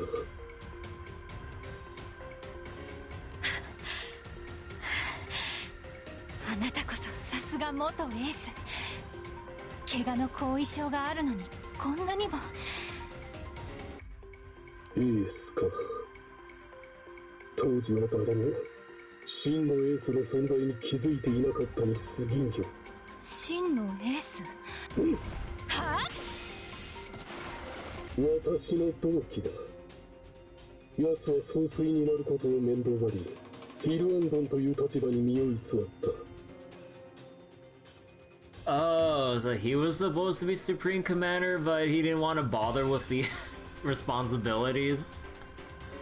Bro. I was like, Supreme Commander's like it's too much trouble, someone else do it, I don't want to do that shit.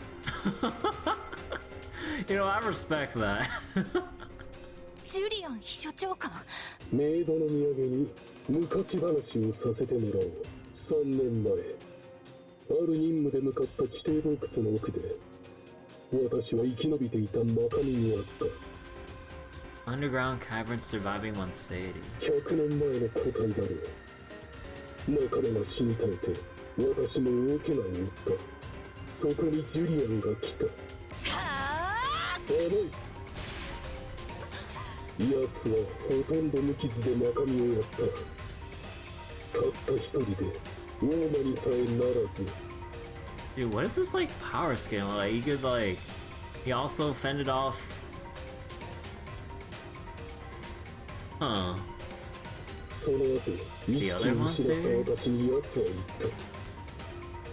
た。中身は洞窟のさらに真相を立ち去った。君は夢でも見ていたのではないかと。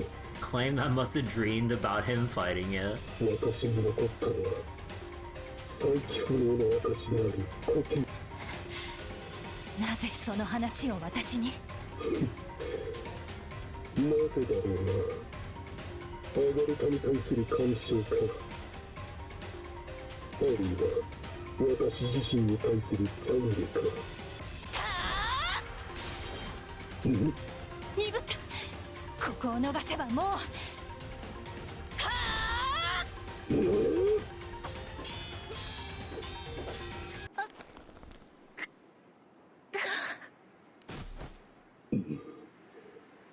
活動限界が近いか。待って、まだ勝負は。あなたを。お前はそのまま天にでも祈っている。誰か救助が間に合えば助かるだろう。待ちなさい。サイサリスはアガルタを。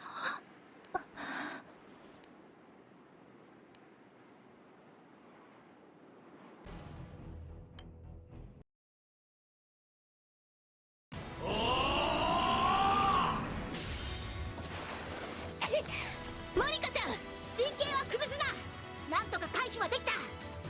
次は私の番。はあ？邪魔だ。すみません、距離が遠かった。立て。ハイネはまだリーシャを狙っているぞ。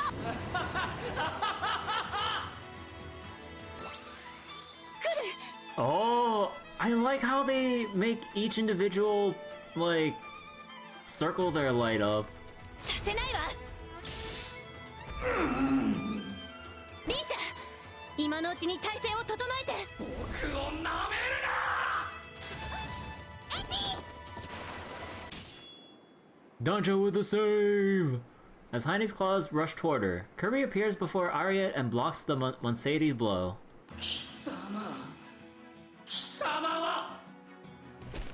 平気かエティ。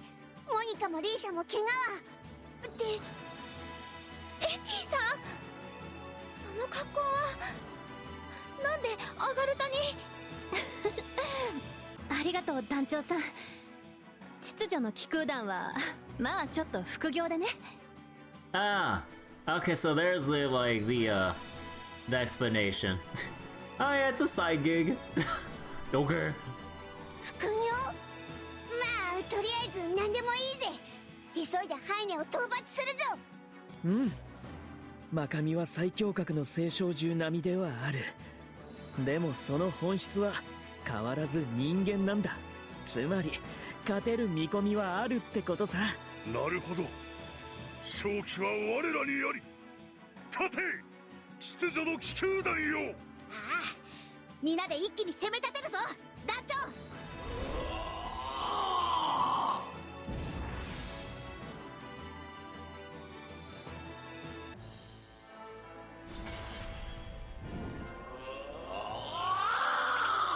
You know, I kind of like how... Wait, wave 1 of 2. Huh. I kind of like how everyone starts off slightly injured here. To show, like, the battle damage they received, like, across this whole, like,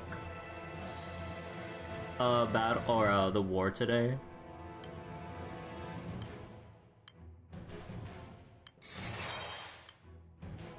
Restore Dark Allies HP. Okay, everyone's dark. I didn't do shit! Huh?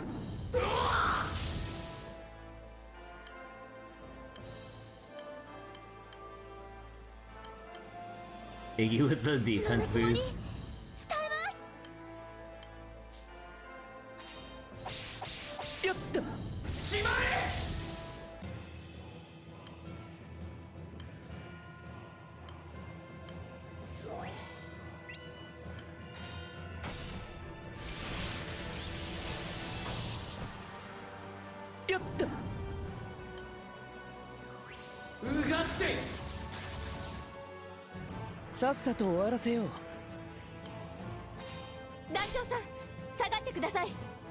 Oh shit, wait, they have the enforcers like firing from the back there? Oh, that's cool!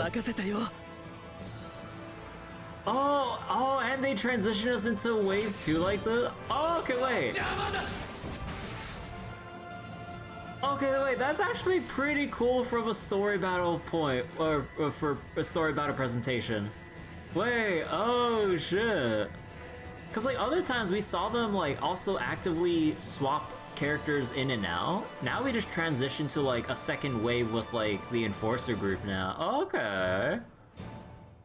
You know, it really makes me appreciate like when they actually do put in effort for like story battle sequences.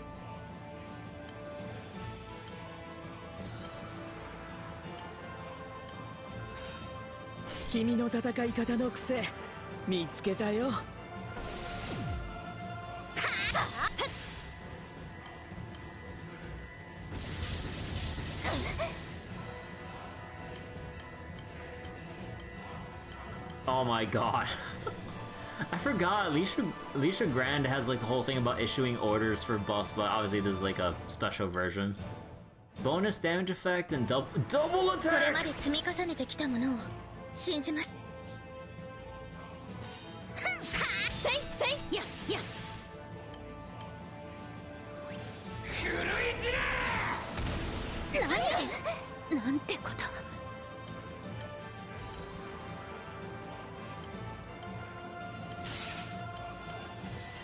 安寧秩序を守り抜くストリンジェン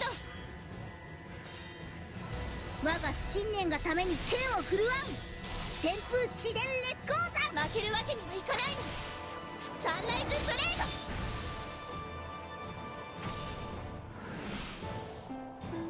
今こそ高らかに。ここは任せて。フェローチェブレイド。She just wait. She just like goes through a field of monsters to slay on the way to the actual main target. Okay. Just going through like a field of enemies on the way to the boss. Okay.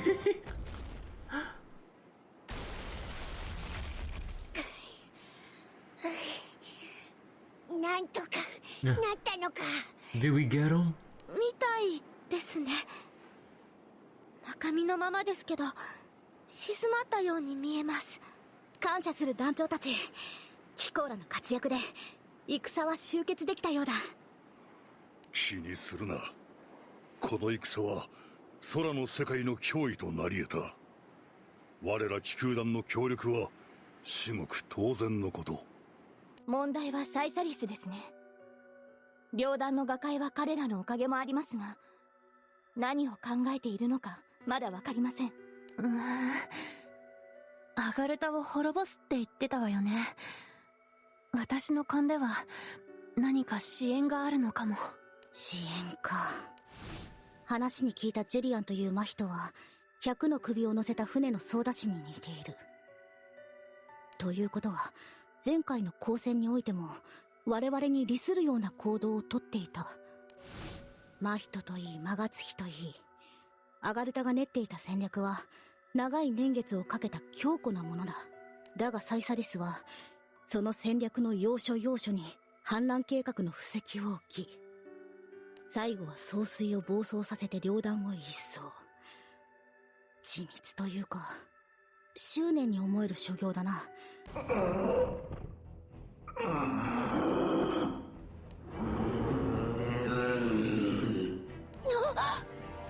イネが起き上がってきたぞ。これはさっきまでとは全く雰囲気が違います。魔物だね。完全に理性に続いて人間性まで失ったんだ。Turn into a complete monster. 全員臨戦態勢を。ハイネはまだ力を。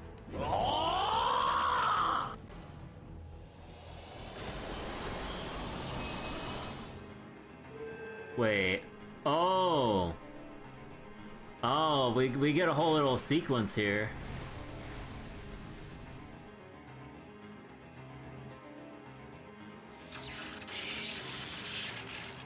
Oh, full transformation now.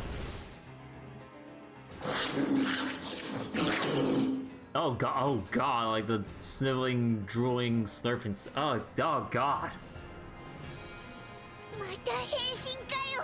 あの模様はまさかマカミの大魔状態。 Almost stayed as a... まずいわね。さっきのでもギリギリだったのにまだ上があるっていうの。They weren't ready for the phase 3.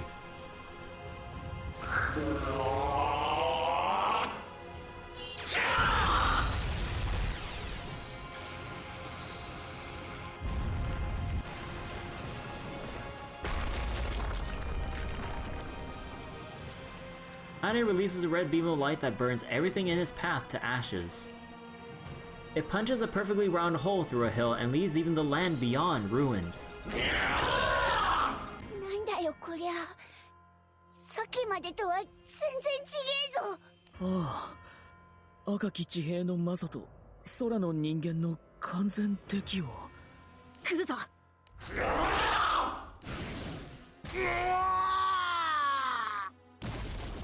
Oh, Dante?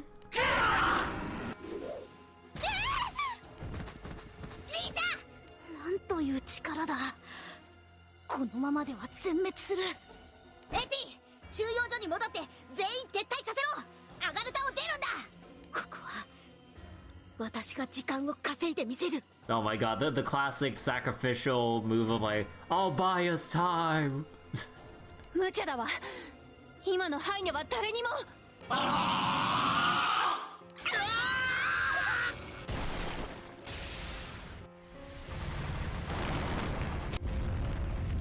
そー、こんなのどうすりゃいいんだよ。 As the crew members and enforcers fall, Kirby stands firm, sword at the ready. Are we gonna go blue?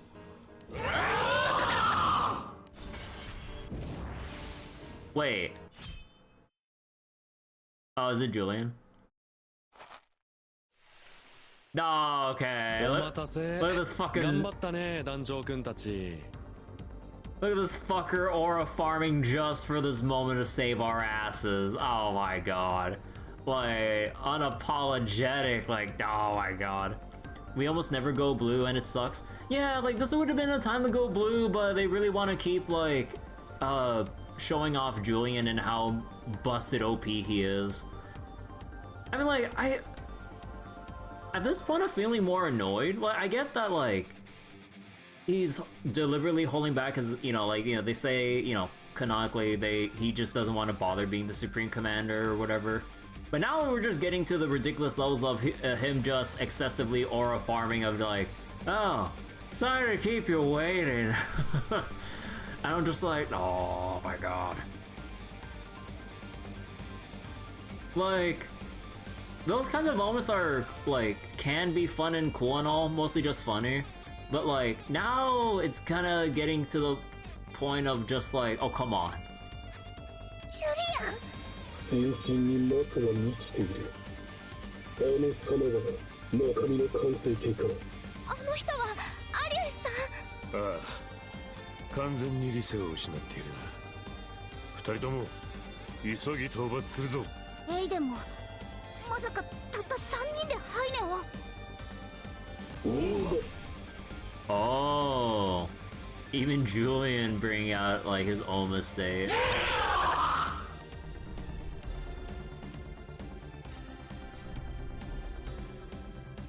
Okay, now you just have the fucking like. 俺に見せてもらえるかい？完全なるマカミってやつを。はあ！アリス、背後に隙ができたぞ。うん。ジュリアン、分かってますよ。なん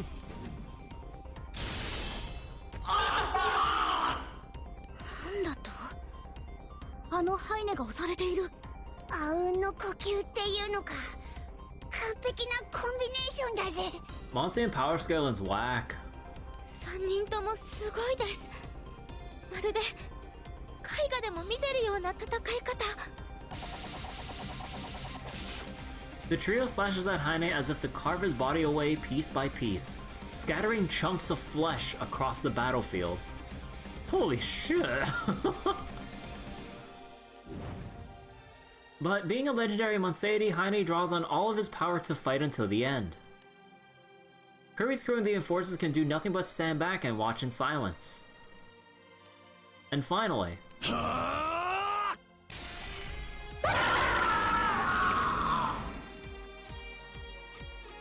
Granblue power scaling's so stupid. Yeah! Okay, so it is just the one section ending. In the North District of Agartha, like, I'm not sure how I feel about, like, Julian and company basically stealing the spotlight to basically end this off. I kind of, like, have mixed feelings right now. Heine's flesh, hard like orichalcum, is torn away as Aiden exposes his vitals for Julian to cut up. Heine releases a roar that can be heard across the whole island and goes limp.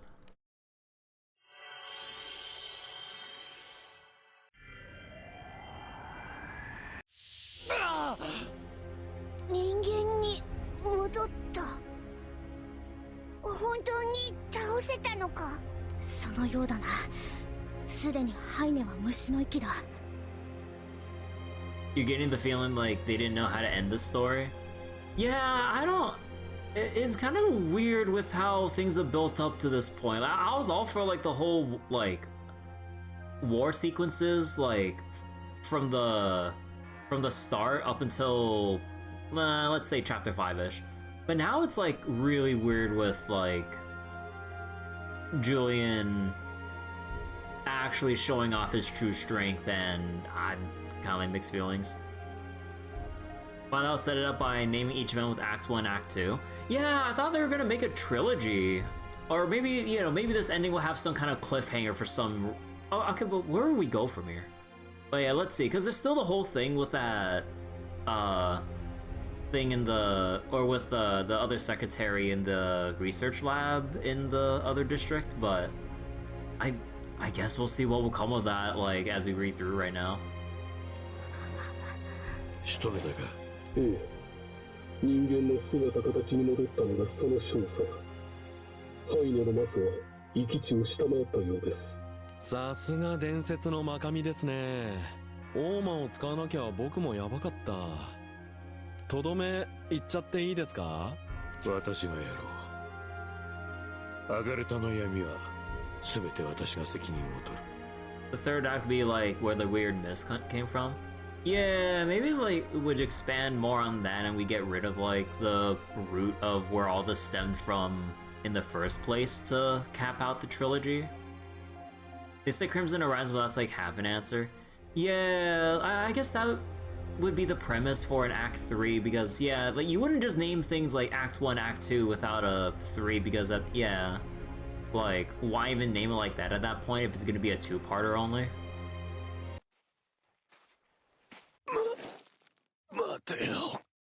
Oh, big surprise, he's still alive! Albeit barely, but he's still alive! ニーレ、死の淵で戻ってきたか。あいつ、ボロボロの体を引きずって。He's all mangled up. ひどい状態だ。ハイネ以上に深刻だぞ。内臓がむちゃくちゃだね。生きてるのも不思議なのに、歩いて。Even his organs are mutilated?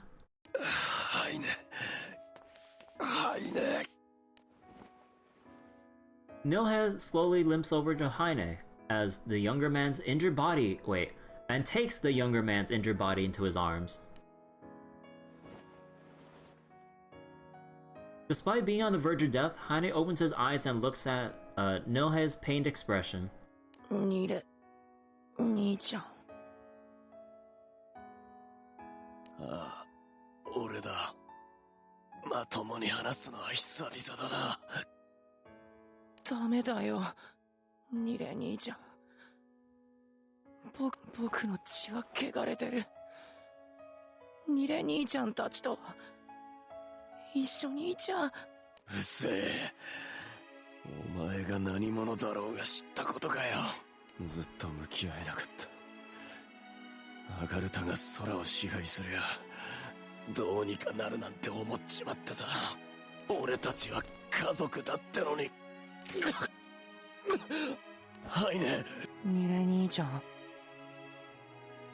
僕も真人になることできるかな。両団に入って京兄ちゃんもカーザ姉ちゃんもシアも一緒に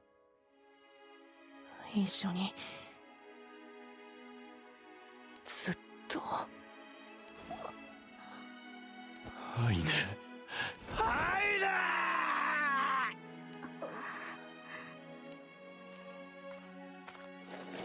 死んだか。アガルタの闇の結晶たる怪物は。エイデン。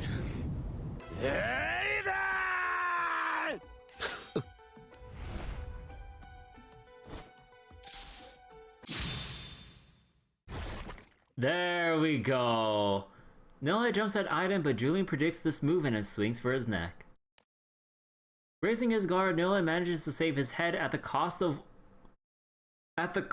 one of his arms? Oh.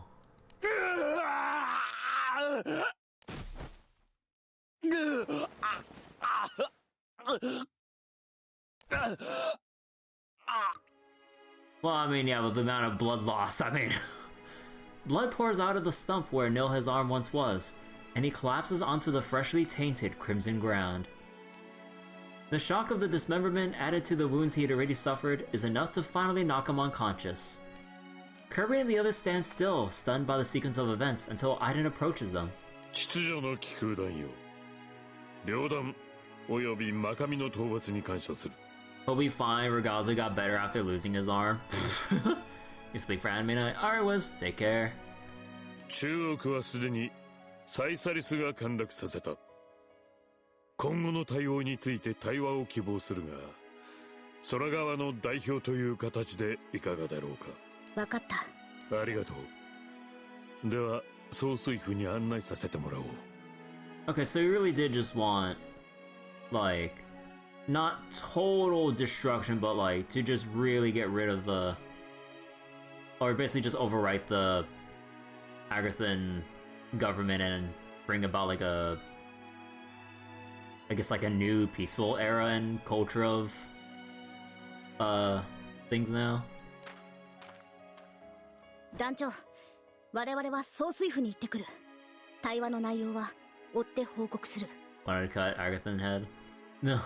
この場の対処は任せてもいいか? Monika briefly glances at Nilhe, who is softly groaning on the ground, before locking eyes with Kirby again. おう。でもまだ信用できねえ奴らだ。気をつけて行って帰ってこいよ。An era of peace built on the corpses of the innocent, typical. Yeah, like the thing that really has me wondering too, it's like, he wants like basically a new era of presumably peace with Agartha and everything, but he's also willing to kill the civilians too. I'm like, I get the Monscians and like other supporters, who, however the fuck they're supposed to determine that within the civilian populace, but to just like, oh yeah, go kill all the civilians too. I'm like, wait. Then it's like, you want like total destruction of the island as a whole then to prevent like the dark things that they're doing from spreading and taking over the Sky Realm or some shit?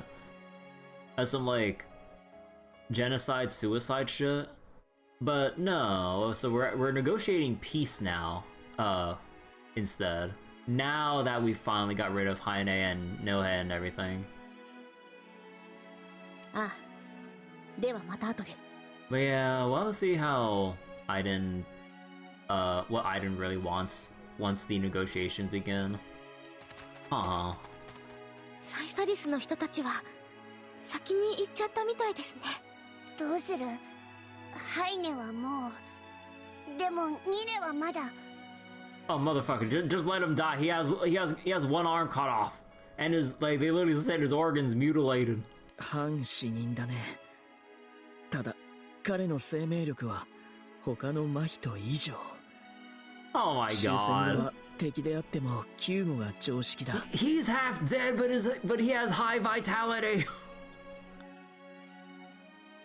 でも彼は100の首を送ったり。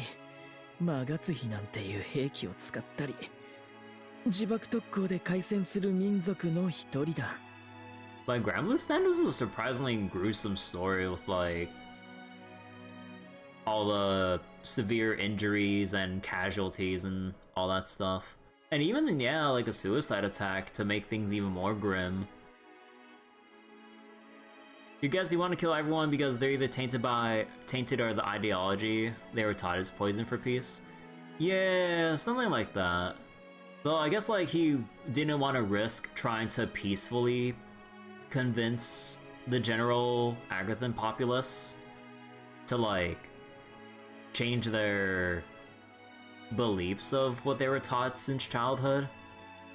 Because trying to go for a revolt without like having a definitive method to convince them would basically just invite people to just bring back like, let's say, the old Agarthan like government and systems and shit.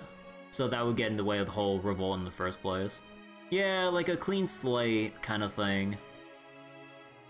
戦はどっちも正義って聞いたことがあります。どっちも大切なものを失って、どっちも大きな傷を負うって。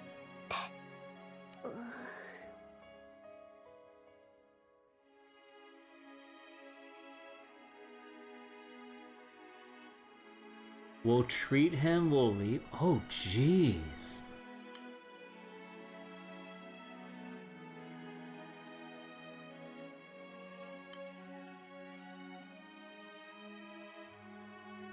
Huh. Yeah, it's like the illusion of choice, but I'm surprised they actually like let us. I'm surprised they actually give us the illusion of choice, honestly. Ah, fuck it, ditch his ass. わかったぜ。秩序の気空団だっていろいろ失ったんだ。アガルタの奴らを救う義理はね。まあ回復の見込みはほとんどないんだ。君たちが罪悪感を負う必要はないよ。行こう。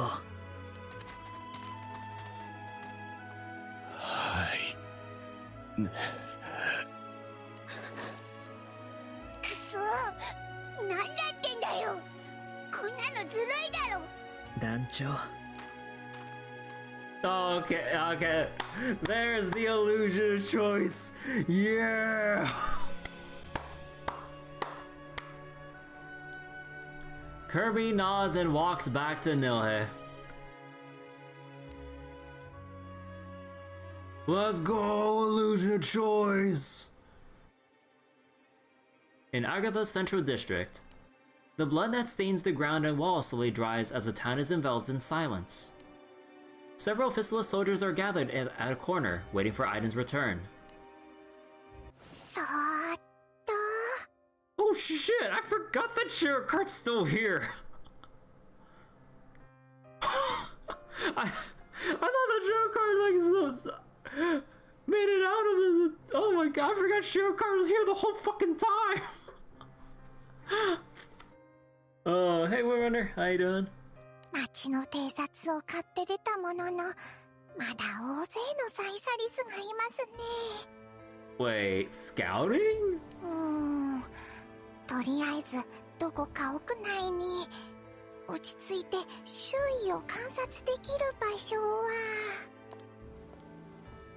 Doing fine, grinding in the Garten. ひとまず安心ですかね。I haven't gotten around to Garten grinding off stream. I just wanted to chill more with like Enfield and focus with like Granblue and Zenless today and last night and stuff.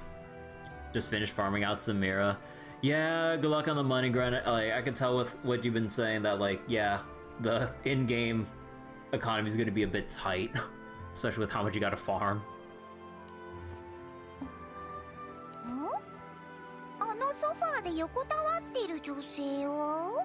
Oh. ひどい怪我を負ってますが、応急処置は済んでますね。Wounds already treated. サイサリスの話によると、確か町の人たちはみんなすでに、生存者は南区に行ったみたいですが、とすると、この女性はどうして生きて。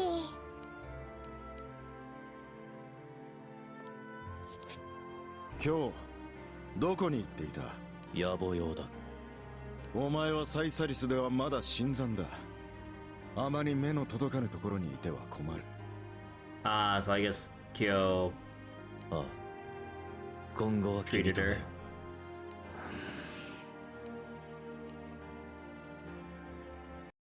In Agartha South District. In the research facilities lobby, refugees from the Central District are settled and resting. Datura comes out and informs Sia and McCoy about the end of the battle. ハイネが死んだ。両団は壊滅。あと2レとか言ったか。その者たちは生死不明だ。すべてサイサリスの仕業のようだな。嘘よ。そんなのって。真人も真神も真月日も全て研究所が関わっておるのだろう。本当に主らは何も知らなかったのか。ああ、私たちは総帥府の意向に従って研究及び開発を行っている。Cultivation of Monscians, creation of Mr. Nova. We just research and don't ask questions. その意向の意図、つまり真神にせよ真月日にせよ、誰が何に利用するかは聞いていない。だがおおよその見当はついている。ふざけるな。あんたがみんなを、ハイネもニレたちも町のみんなも殺せ。You know, I love how Sia puts Rivera down to draw out her bow and arrow. 構わん。この日が来ることは分かっていた。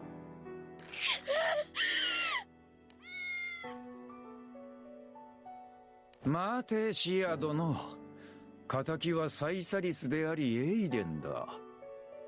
研究長官をほふっても問題は何も解決せん。さらに彼女は貴重な情報源でもある。殺すな。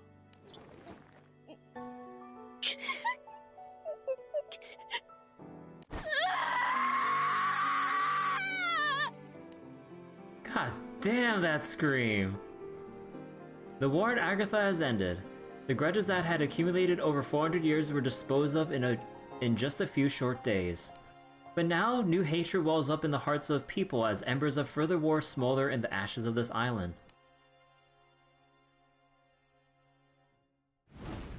Ah, okay. So we still have like our loose ends. Okay, there we go. There we go. To be continued in Act 3.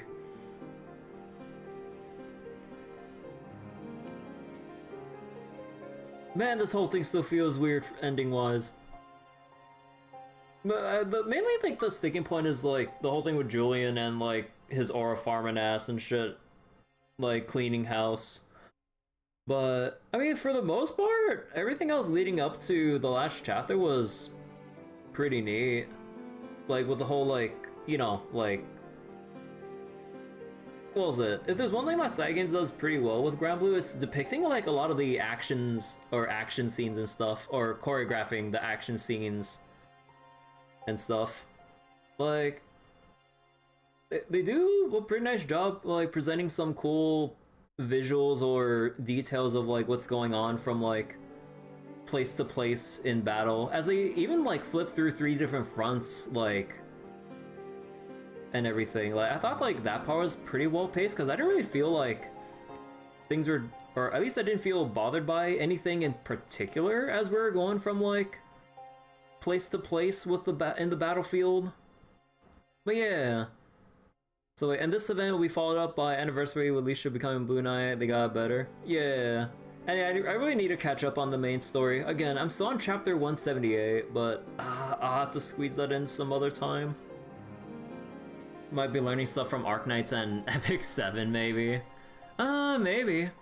Like, they definitely were cooking here. Just could have stuck the landing a bit better with the final chapter regarding...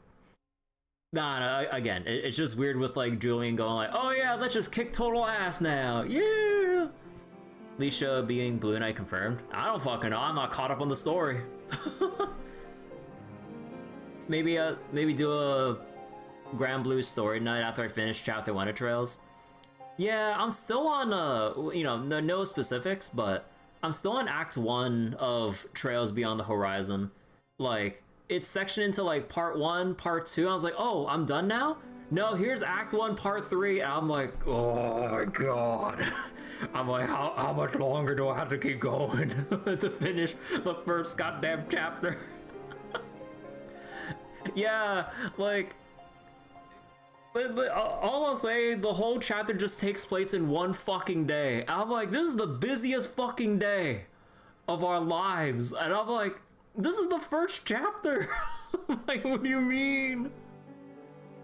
Shit's crazy. They pack it. Falcom has packed in a lot of stuff. But I mean, hopefully I can wrap up Act 1 and that'll be a good like little break point so that I can actually devote for a Granblue main story night. Well, multiple nights, because I got a lot of story to catch up on in Granblue. One day Trails of Games will have the chapters being as long as some prior entire games in the series. How do I break this to you? The longest day of Crossbow included Azure Tree Dungeon. Yeah, that too. But yeah, I mean, technically, if you look back at the OG Trails games and then you look at well, actually, wait, individual chapters though. Huh.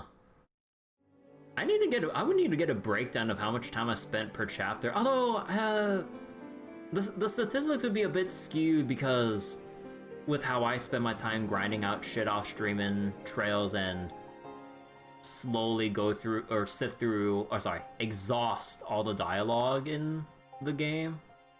Huh. Will that actually total up to...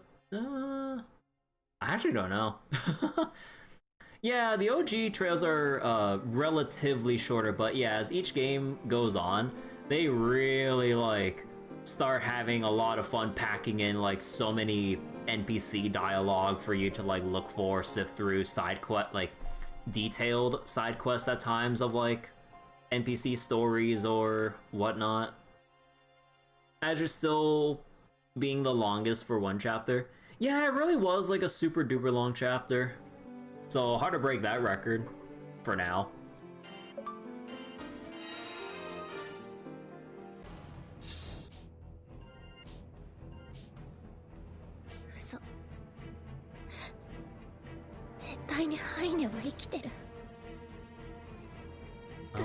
Was it related stories? No, not related. Oh, event story, here we go. Let's see, anything we need to know in particular? Let's see, Heine, praise the strongest, transforming Monscian, type of being, wait. Oh yeah, his personality took a sudden turn, loses all reason, defeated by Aiden, okay. And, let's see, the Hunters of Agartha, organization, led by Supreme Commander, responsibility is the best, okay. Monika, Alicia, Will, Arya. So wait. Oh, that explains things. I don't have Arya.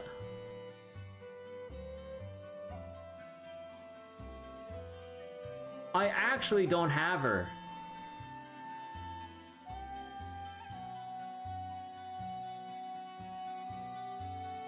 So wait, speaking of Event Impossible, 148 mil HP instead of 130. But yeah, out of all the standard characters that I have, yeah, after all these years, I actually still don't have Arya. Like, I have a whole bunch of the other standards, but Arya never came up. She's decent if I don't have Korwa for Windburst. I mean, I do have Korwa, so I mean, there's that. But yeah, I just don't have her. Huh. I forgot that I don't have her. No wonder I didn't remember shit about Arya. I never got her. Wait. Was McCoy? Oh, wait. Okay, time the fuck out. Okay, that explains things. Okay, that explains things. So Arya's in Standard Banner Classic 2. Yeah, I mean, the thing is, like, I've actually never really pulled on Classic 2. So, I never really threw any pulls to randomly get Wind Arya. I always threw it in Classic 1. So wait, actually, let me see. How are they as characters? Because they're not considered grands or anything. Let's see. Wait. Hence why you mentioned spoiler at the beginning. Yeah, I'm actually thankful I had the Granblue window, like, technically prepped on the event screen without actually going to the homepage. New Arya looks so different from her OG. That's the Enforcer uniform glow up. So wait, medium majesty, skill cap, and small progress. Okay, no, this weapon shit. Well, actually, wait. Hit to earth defense, mirror image of. Yeah, it's small progression, so I'm just like, Like, if it was like big progression, then we'd have something, cause like, it'd be like maybe as a niche piece if like this is a big progression with like a majesty for tanking in like HL content maybe, or at least like some kind of long form content, you know, like maybe like your Nightmare 250s and shit, right? But the small progression really kills any viability to me. Let's see. Garbage. Yeah, okay. We don't even have to look at the rest of that. They feel comfortable putting progression on gachas alarming though. I mean, like, we have progression weapons. But yeah, it is kind of weird that like... What was it? Because like we have it on like Ray's weapon, we have it on Mugen's, but yeah, they haven't really put progression on recently. Maybe progression will make a comeback? I don't know. Yeah, let me see. McCoy dodges all attacks from foes on Ogi. Water attack, wait. I don't know, water damage reduction. Veil and Dispel cancel, but... it's not like a true damage cut, but 5 hit earth damage, hit 2 attack and defense stackable with water attack. While covert strategies in effect activates at end of turn when caster didn't take damage. So he hinges on just avoiding damage. 1000% damage to a foe. Caster fakes his death and swaps out with a sub-ally. Oh! Oh, wait. Wait, go on? Can only be used as sub-allies... Wait. Can only be used if all sub-allies are Earth. So you can't try to pull any stupid shit with other elements. Oh, okay. But yeah, so you can bring in Lobelia or Kaim for basically free. Without needing like excess waste to prep, I suppose? Switch Earth ally, receives field report, boost to debuff success rate, crit rate, dodge rate, keen. When McCoy's a main ally, remove the effect, and Earth allies receive covert strategy.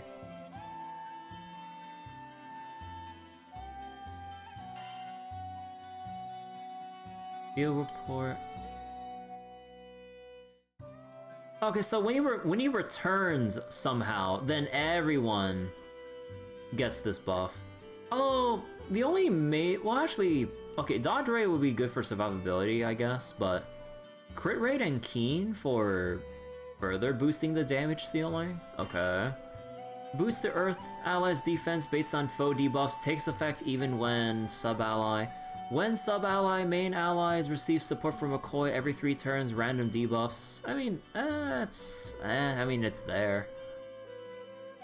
Huh. Ready in 2 turns though? Still not that great? Oh, right, yeah. Although I guess he could still do some stuff in 2 turns and then switch out. So yeah, I mean, it really is for like endgame HL purposes or whatnot. Or you can maybe just like full auto it, and then cause like you'll hit that 2 turn on a full auto and then switch if you for some reason really need although at that point the only ones would just be Lobelia, Kaim, and then I guess you just have easy access full auto Lobelia without needing to do Yatima death or whatever. Yeah, I guess like it's mainly just there so you don't have to Yatima death like off element or some shit.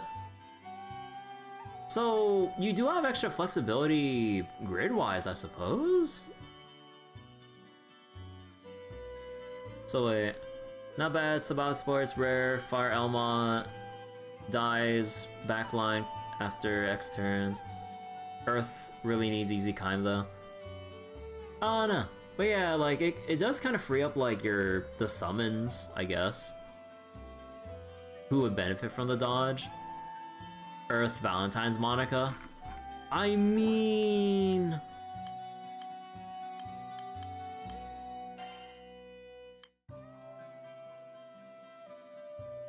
yeah.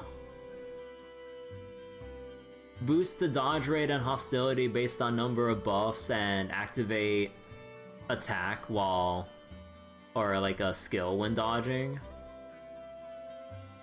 And because like it counts, actually wait, does it count as multiple buffs? Hold on.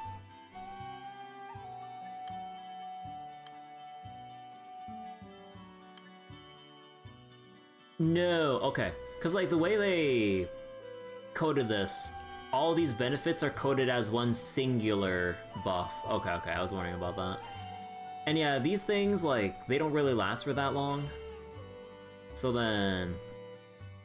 I guess, like, I mean, given the nature of V Monika and Kengo teams and shit, like, you'd naturally meet that 12 plus buff threshold. Yeah, it's a permanent buff too, so yeah, there is... Oh, whoops. There is that. Okay, so what about Arya? I didn't actually look at her kit or anything. Let's see. Saber, Harp, end cooldown for damage skill, 4 hits, hit to stackable attack and defense down, raise tune level. When tune level is 5 or above, hit doubles against foes. Okay, who raises tune in light? Let's see. Boost to attack rate. Okay, it can be dispelled. It doesn't say it can't be removed. Restore HP, remove 1 debuff. Oh, I mean, that sounds okay. Let's see. 6 hit light damage to a foe. Boost the caster's light attack and Lux Blade Enforcer effect. Additional effect from second and third cast. Supplement, normal, 3 hit flurry. 3 hit flurry? For every 7 skills used by light allies, area deals triple attacks. Wait, for every 7 skills? Bonus, echo, and attack, and you get a double strike.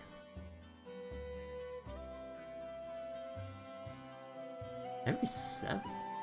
At end of turn, if light allies dealt 4 or more triple attacks that turn, end cooldown for this ability, and -1 cooldown for the...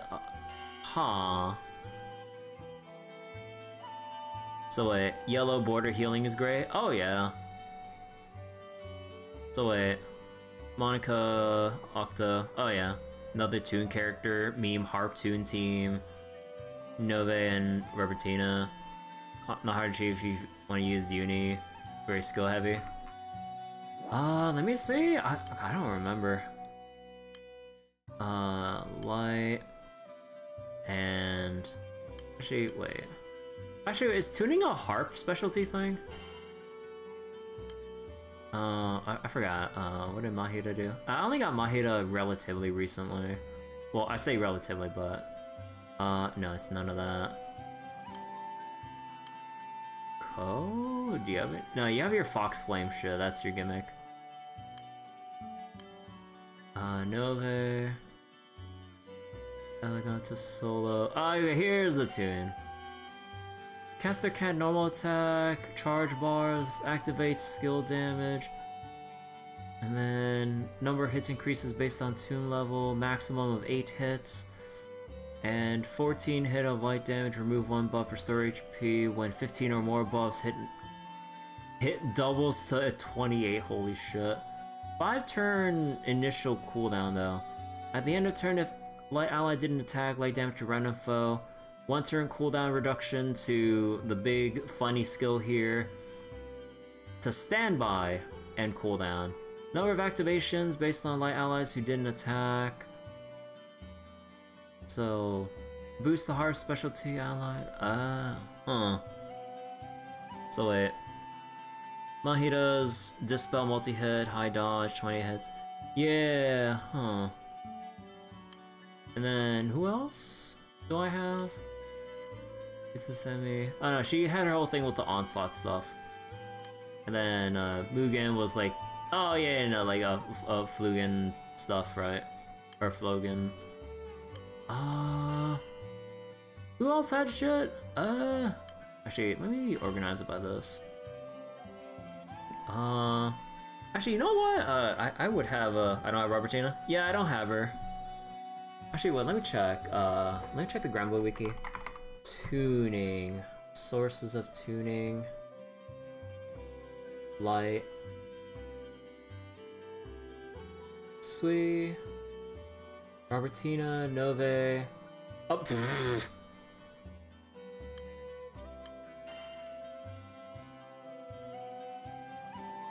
wait. Oh no, that was from the cola, from the fucking...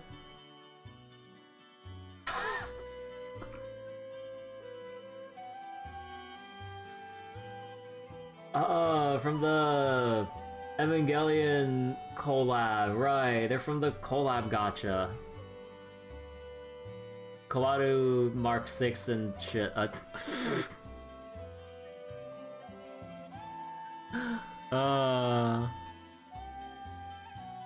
I only have, Shinji. So, okay. So other sources would be Elysian with the flagellate? Or flagellate? I don't know. I don't know how to pronounce that. Elemental damage to foes. Okay, wait. Is that just a basic ass skill with elemental damage to all foes? Raise tune level by 1. Boost the hits based on tune level up to 11 hits. Oh, okay, it's the ultimate mastery thing for Elysian. Okay, so you got Elysian.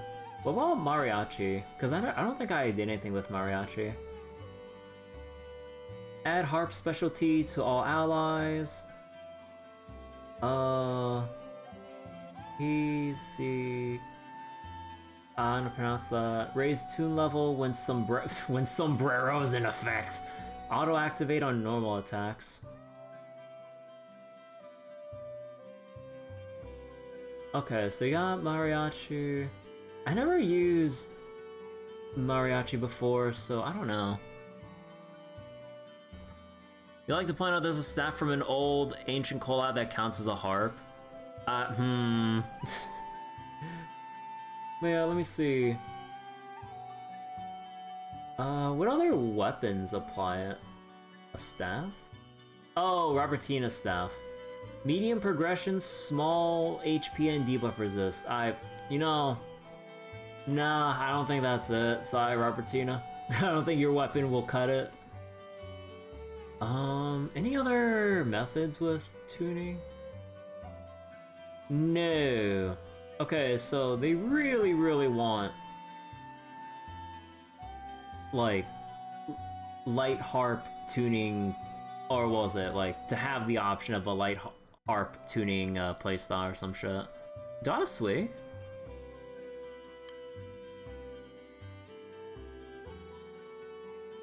Oh wait, what? Oh no, you're melee harp, right? Because I went... No, I don't have her right. Okay. Ogi tune? Yeah, so... Huh.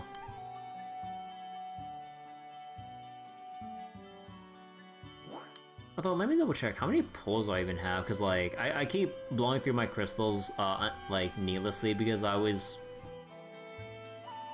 like, don't really care anymore, but... 50, that's, like, 80... That's, like, 80-something. Do I have any tickets here? I do, but, not really worth it, considering they're in standard and stuff. Although, who's like the rate up of this premium gala? Never realized he has progression buff. It's Folia.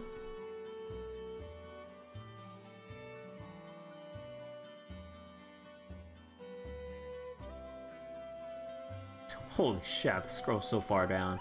And yeah, I don't think people really use Folia bow anymore, right? So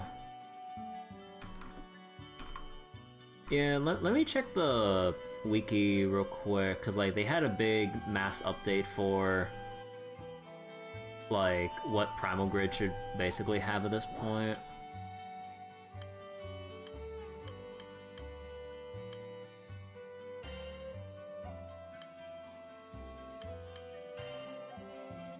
Let's see, so you got...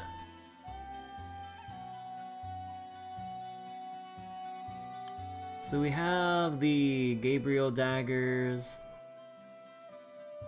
I have one of the, what are these? Yatima bows. And then, what was this? Oh, Lancelot. Actually, yeah, I did get Lancelot recently. For supplemental shit. There's one folio bow that they recommend. And Europa, or recommend one Europa thing.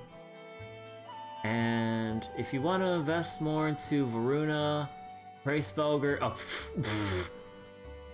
well, what's Bride Key? Oh no, that's Ilsa's thing. Actually, wait, do I even have Ilsa?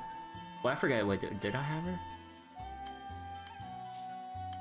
I don't think I have Ilsa Bride, do I? Oh no no no. I do. Only wait. Oh, then it has to be in the crate still.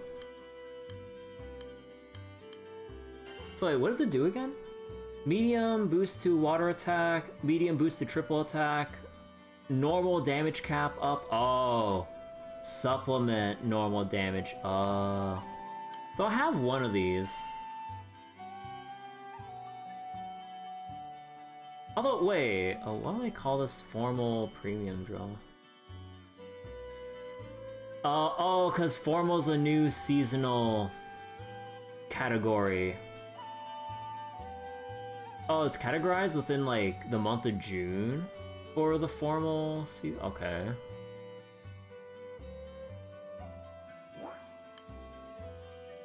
Formal's new seasonal? Yeah. Okay, so then... No, not Celestial. So wait, let me see. So they recommend 2 Bride Keepers, particularly effective on teams that utilize Hraesvelgr, and for more manual burst content, they recommend having 3 of Yatima's weapon. And then for HL or long content, you got 2... Whose weapons were these? 2 Sylvia weapons, which I have. And then 1... Whose weapon was this? Oh, Poseidon. Like, Poseidon's weapon here. And, wait, whose are these? Velenovus... From Shukra? Do I even have Shukra? Water, dagger... No. In standard banner, though. So what does that weapon do?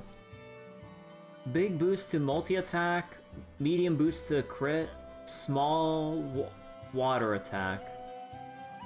Okay, so I guess like if you really need to hit like multi-attack thresholds. And then Schrodinger, which well, I mean that's farmable. Shishio, oh, that's the 150 moon weapon. And then other pieces you might want would be another Lancelot thing or Wandus umbrella. Yeah, actually, oh yeah, I just noticed that they don't really do the Wandus grid anymore. Oh wait, boost based on... Yeah, cause like before, they used to recommend 3 of these or some shit, just like Galleon staves in a way. But not anymore. Huh. So wait, you think Bridekeeper might hinge on me having being a Hraesvelgr gamer? Yeah, and even then, like, I'm missing, like, I mean, honestly, like, at least from what the Granblue Wiki recommends as the fundamental pieces, I'm missing just one Yatima weapon for the Exalto weapon category. And then technically I could just go with, like, the bare minimum. Well, actually, like, I'm just over the bare minimum. I'm just missing Hraesvelgr, the second Bridekeeper. I mean, I guess I could if I really wanted to. Oh wait, I didn't look at the other tabs in the Granblue Wiki, hold on. So, 2 to 3 Yatima weapon, 1 Folio bow, 1 Europa weapon, 2 Gabriel daggers, 2 Ilsa Bride weapons, 1 or 2 Lancelot weapons, and then your Opus. Other weapons you'd like to have: Sylvia weapon, Shukra. In a very niche setup, you have 2. But in a niche setup? The second copy of Shukra's weapon, alongside... Wait.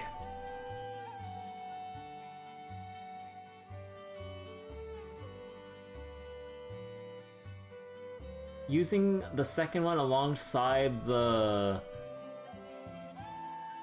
Evangelion summon, collab summon for level 150 Hraesvelgr setups that require high multi-attack rate. What the fuck? Wait, 150 Hraesvelgr? Oh, right, because it has that whole... Oh yeah, because, like, having Hraesvelgr at 150 lowers your multi-attack by 100%, but theoretically, you can scale it back up where you can start multi-attacking again if you have enough multi-attack skills. Oh my god. Okay, now that's niche as fuck. That's niche as fuck. And let's see, the Wamdus umbrella, I recommend having 1, at most 2 in niche cases. Okay, so no longer recommends like 3 in niche cases. And then other weapons. Oh no, that's like farmable stuff, farmable. And then Hraesvelgr, Shishio. So technically, if I actually do get one more Yatima weapon, I could actually just switch to Varuna. Well, I say that, but do I even have enough Varunas in stock? Well...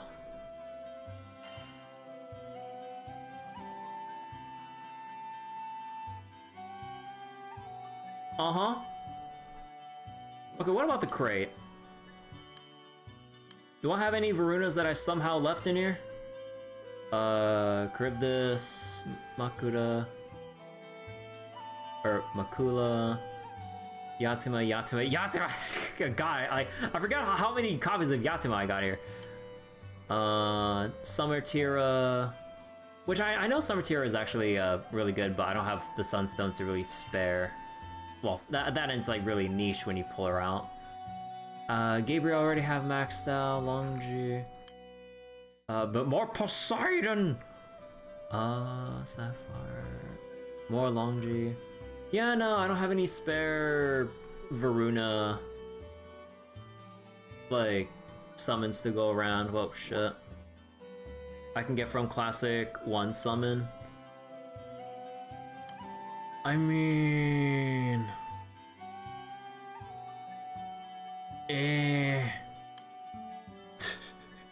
Yeah, just wait till after anniversary, yeah. Especially with, like, the sparks resetting, so there's no point in, like, throwing any free pulls in here now, of all times. Like, even more now than ever. Huh. So, I'm basically at the very edge of going into Varuna. The problem is, I need more Damascus bars. There's a few days of bad banners I can pull, yeah, like, when they give the wheel, I guess I could try to throw some in. Although, yeah, that also basically means gold bar. Oh yeah, that also basically means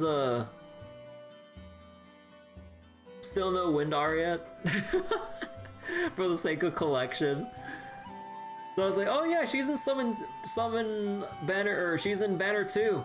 Oh hey, I need another primal. Time for banner 1. Damascus not replenishable. I mean, like, we don't really need Damascus ingots for anything else, right? Because, like, there's Damascus crystals, which we can farm through the grains and everything. But, like, gold bars, they're also needed for character progression, too. Because, like, some... or even, like, other form of weapon progression, like, some weapons or other processes might require a full-on gold bar.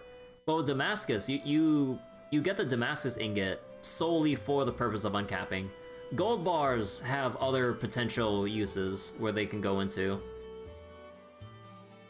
Every stream you see is a bar farming stream, and you're like, these are insane people.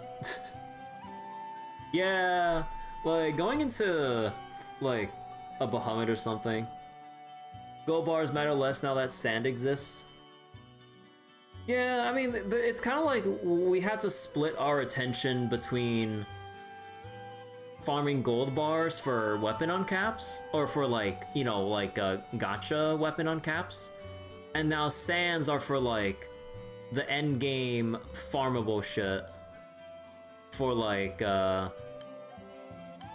let's say your like Providence summons with like, you know, Bahamut, Lucifer, and then you have to, and yes, I do have a second fucking 5-star Lucifer right here. Like the moment I saw all my copies of Lucifer, I'm like, oh fuck it, I'll just get him 5-star. I don't think I'll do the degenerate thing of having my own personal main summon Lucifer and then have my own personal sub-aura Lucifer for the heal specs. That's some degenerate shit right there. Like that will cost so many sands. I'm like, as funny as that would be, no. Not unless like I actually get serious about farming shit again. But yeah. You have no gold bars, Dama bars. 10 sunstones.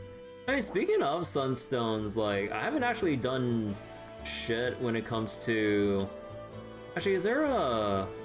somewhere I can view it all? Actually, no? But yeah, there's a lot of the... what was it?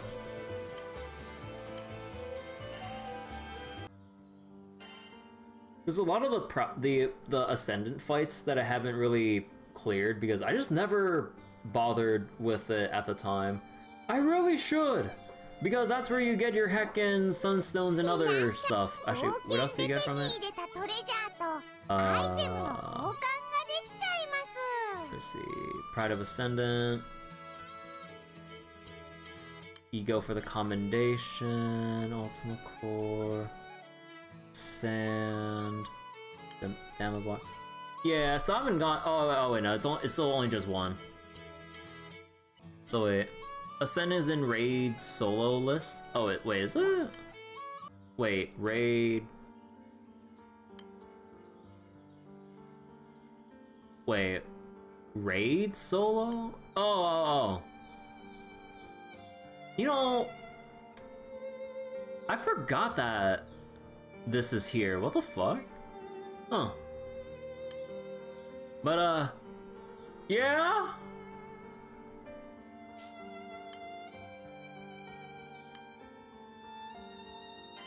Yeah.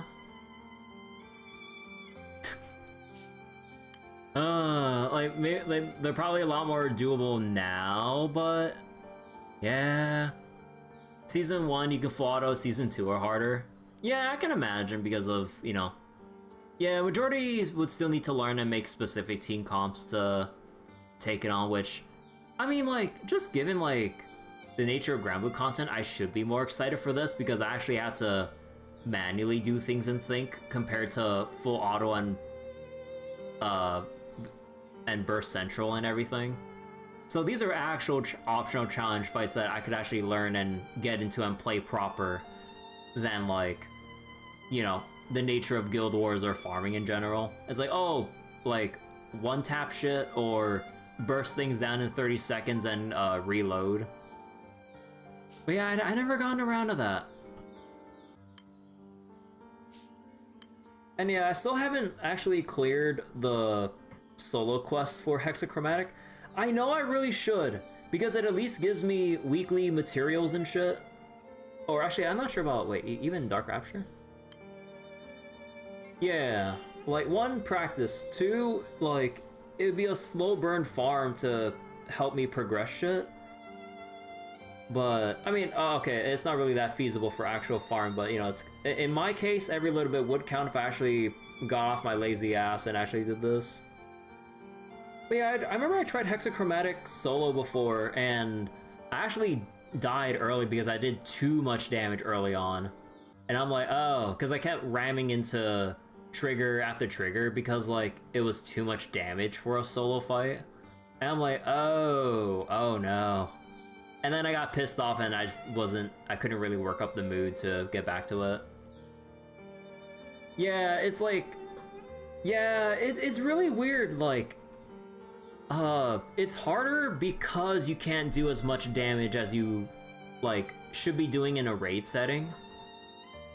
Yeah, so you don't hit the omens and stuff, so it's kind of like, I have to nerf my damage to do this. Like, at that point, like, the HP threshold should be higher, surprisingly, so that, like, you'd actually be able to time the... Because, like, you wouldn't want to bring in, like, a setup or a grid or team comp setup that's specifically for solo purposes. Because otherwise, then you'd have to readjust for the raid setting, which would kind of defeat the purpose of the solo quest, which is the intent to learn how to fight these before going into, like, a more pub raid setting. Lucy Zero's opposite, you wanna rush. Yeah, I know with Fa Zero, like, it has the timer on it separate from the actual raid timer. So you're just, like, in a mad rush to not have Fa get incremental buffs, like, for taking too long in between turns.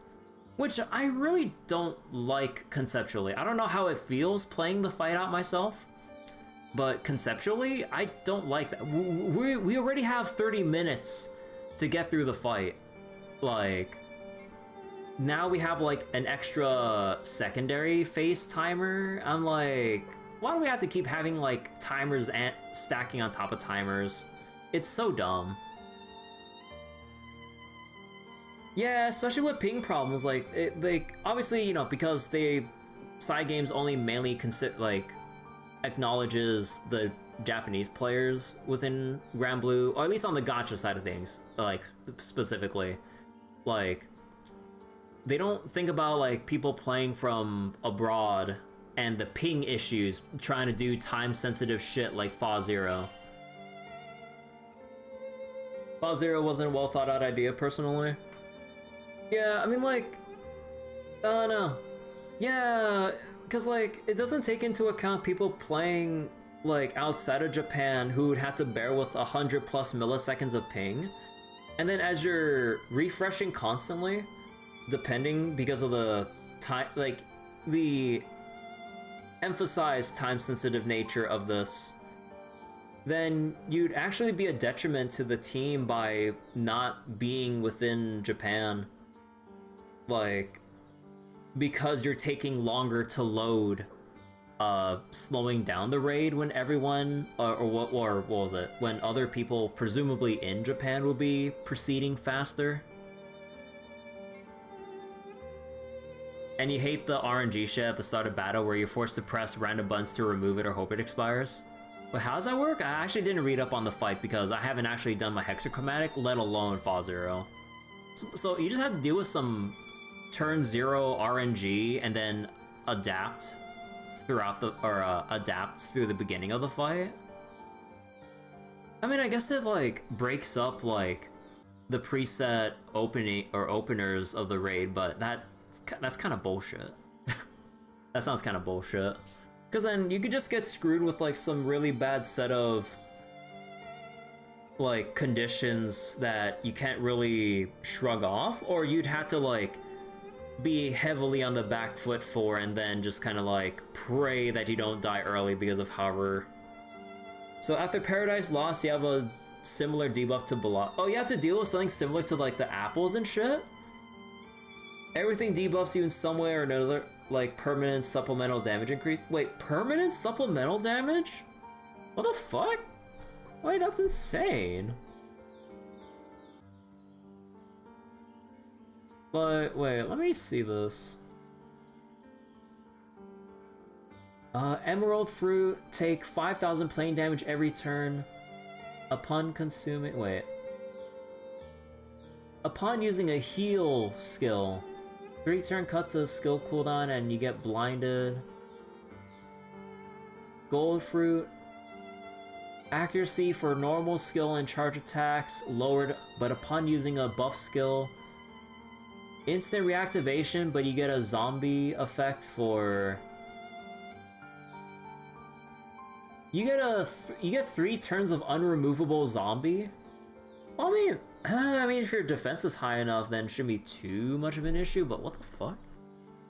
Yeah, the blind, like the Emerald Fruit, seems like the most devastating. Like 9. No wait. Oh no, sorry. 2 turns of unremovable blind. Like, you better pray that in the meantime you don't like. Wait. Oh yeah, wait, at the very start, you have to deal 30 million damage to Fa. So, you have to just eat the 5k plane damage until you clear the initial trigger, and then maybe. Wait, actually, wait, oh no, that's. Oh, wait, what about the other stuff? Oh, okay, no, this is after the join. So then, Dispel twice, debuff 7 times, hit 1.5 million damage in 1 hit 7 times. So you better not have the blind for that one. Triple attack 4 times. Okay, so you just need a triple attack, but it's okay if you still miss, I suppose. Oh, and that's 95%. Ficus, 20 million charge attack damage, or 15 million skill damage.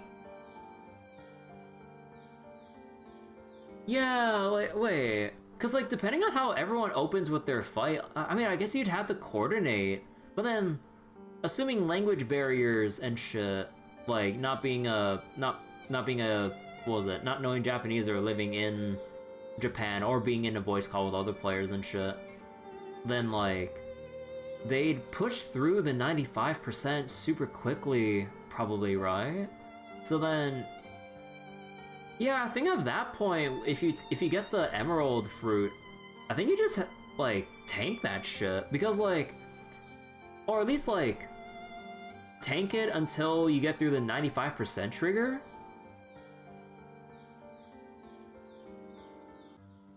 Huh. So wait, no debuff to Fatu. It's hard to hit 30 million without a full OE setup or something that echoes with a ton of triple attacks. Stickers are necessary to communicate. Yeah, you would need stickers to communicate to the other players to not push because you have to deal with the blind or some shit. What? Oh my god, that sounds absolutely dreadful playing with. Of course, this is supposed to be like when you're playing with organized groups and shit, but like, or at least intended, but. Or at least encouraging some form of actual player-to-player communication, but oh god. Yeah, the blind is bad if you need to do like triple attacks and shit. Like, then your damage would just be absolutely gutted. But yeah, it's like shit like that that makes me super nervous about actually doing endgame content in Granblue. It's like, that sounds too stressful and I'm just reading up on shit.